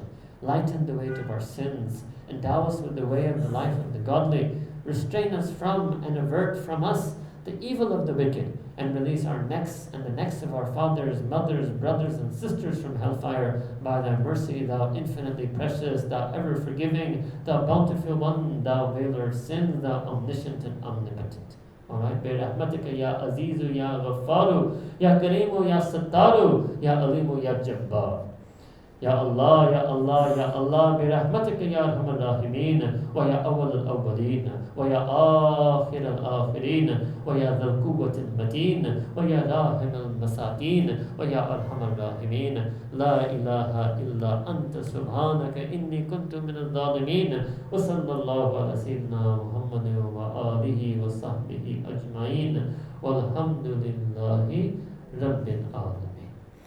This is the end of Imam Ghazali's dua, and end of his text, and end of our course. Now inshallah we go for Asr, and those who want to come back and have any question, discussion on the text, we'll do that from Asr to Maghrib inshallah.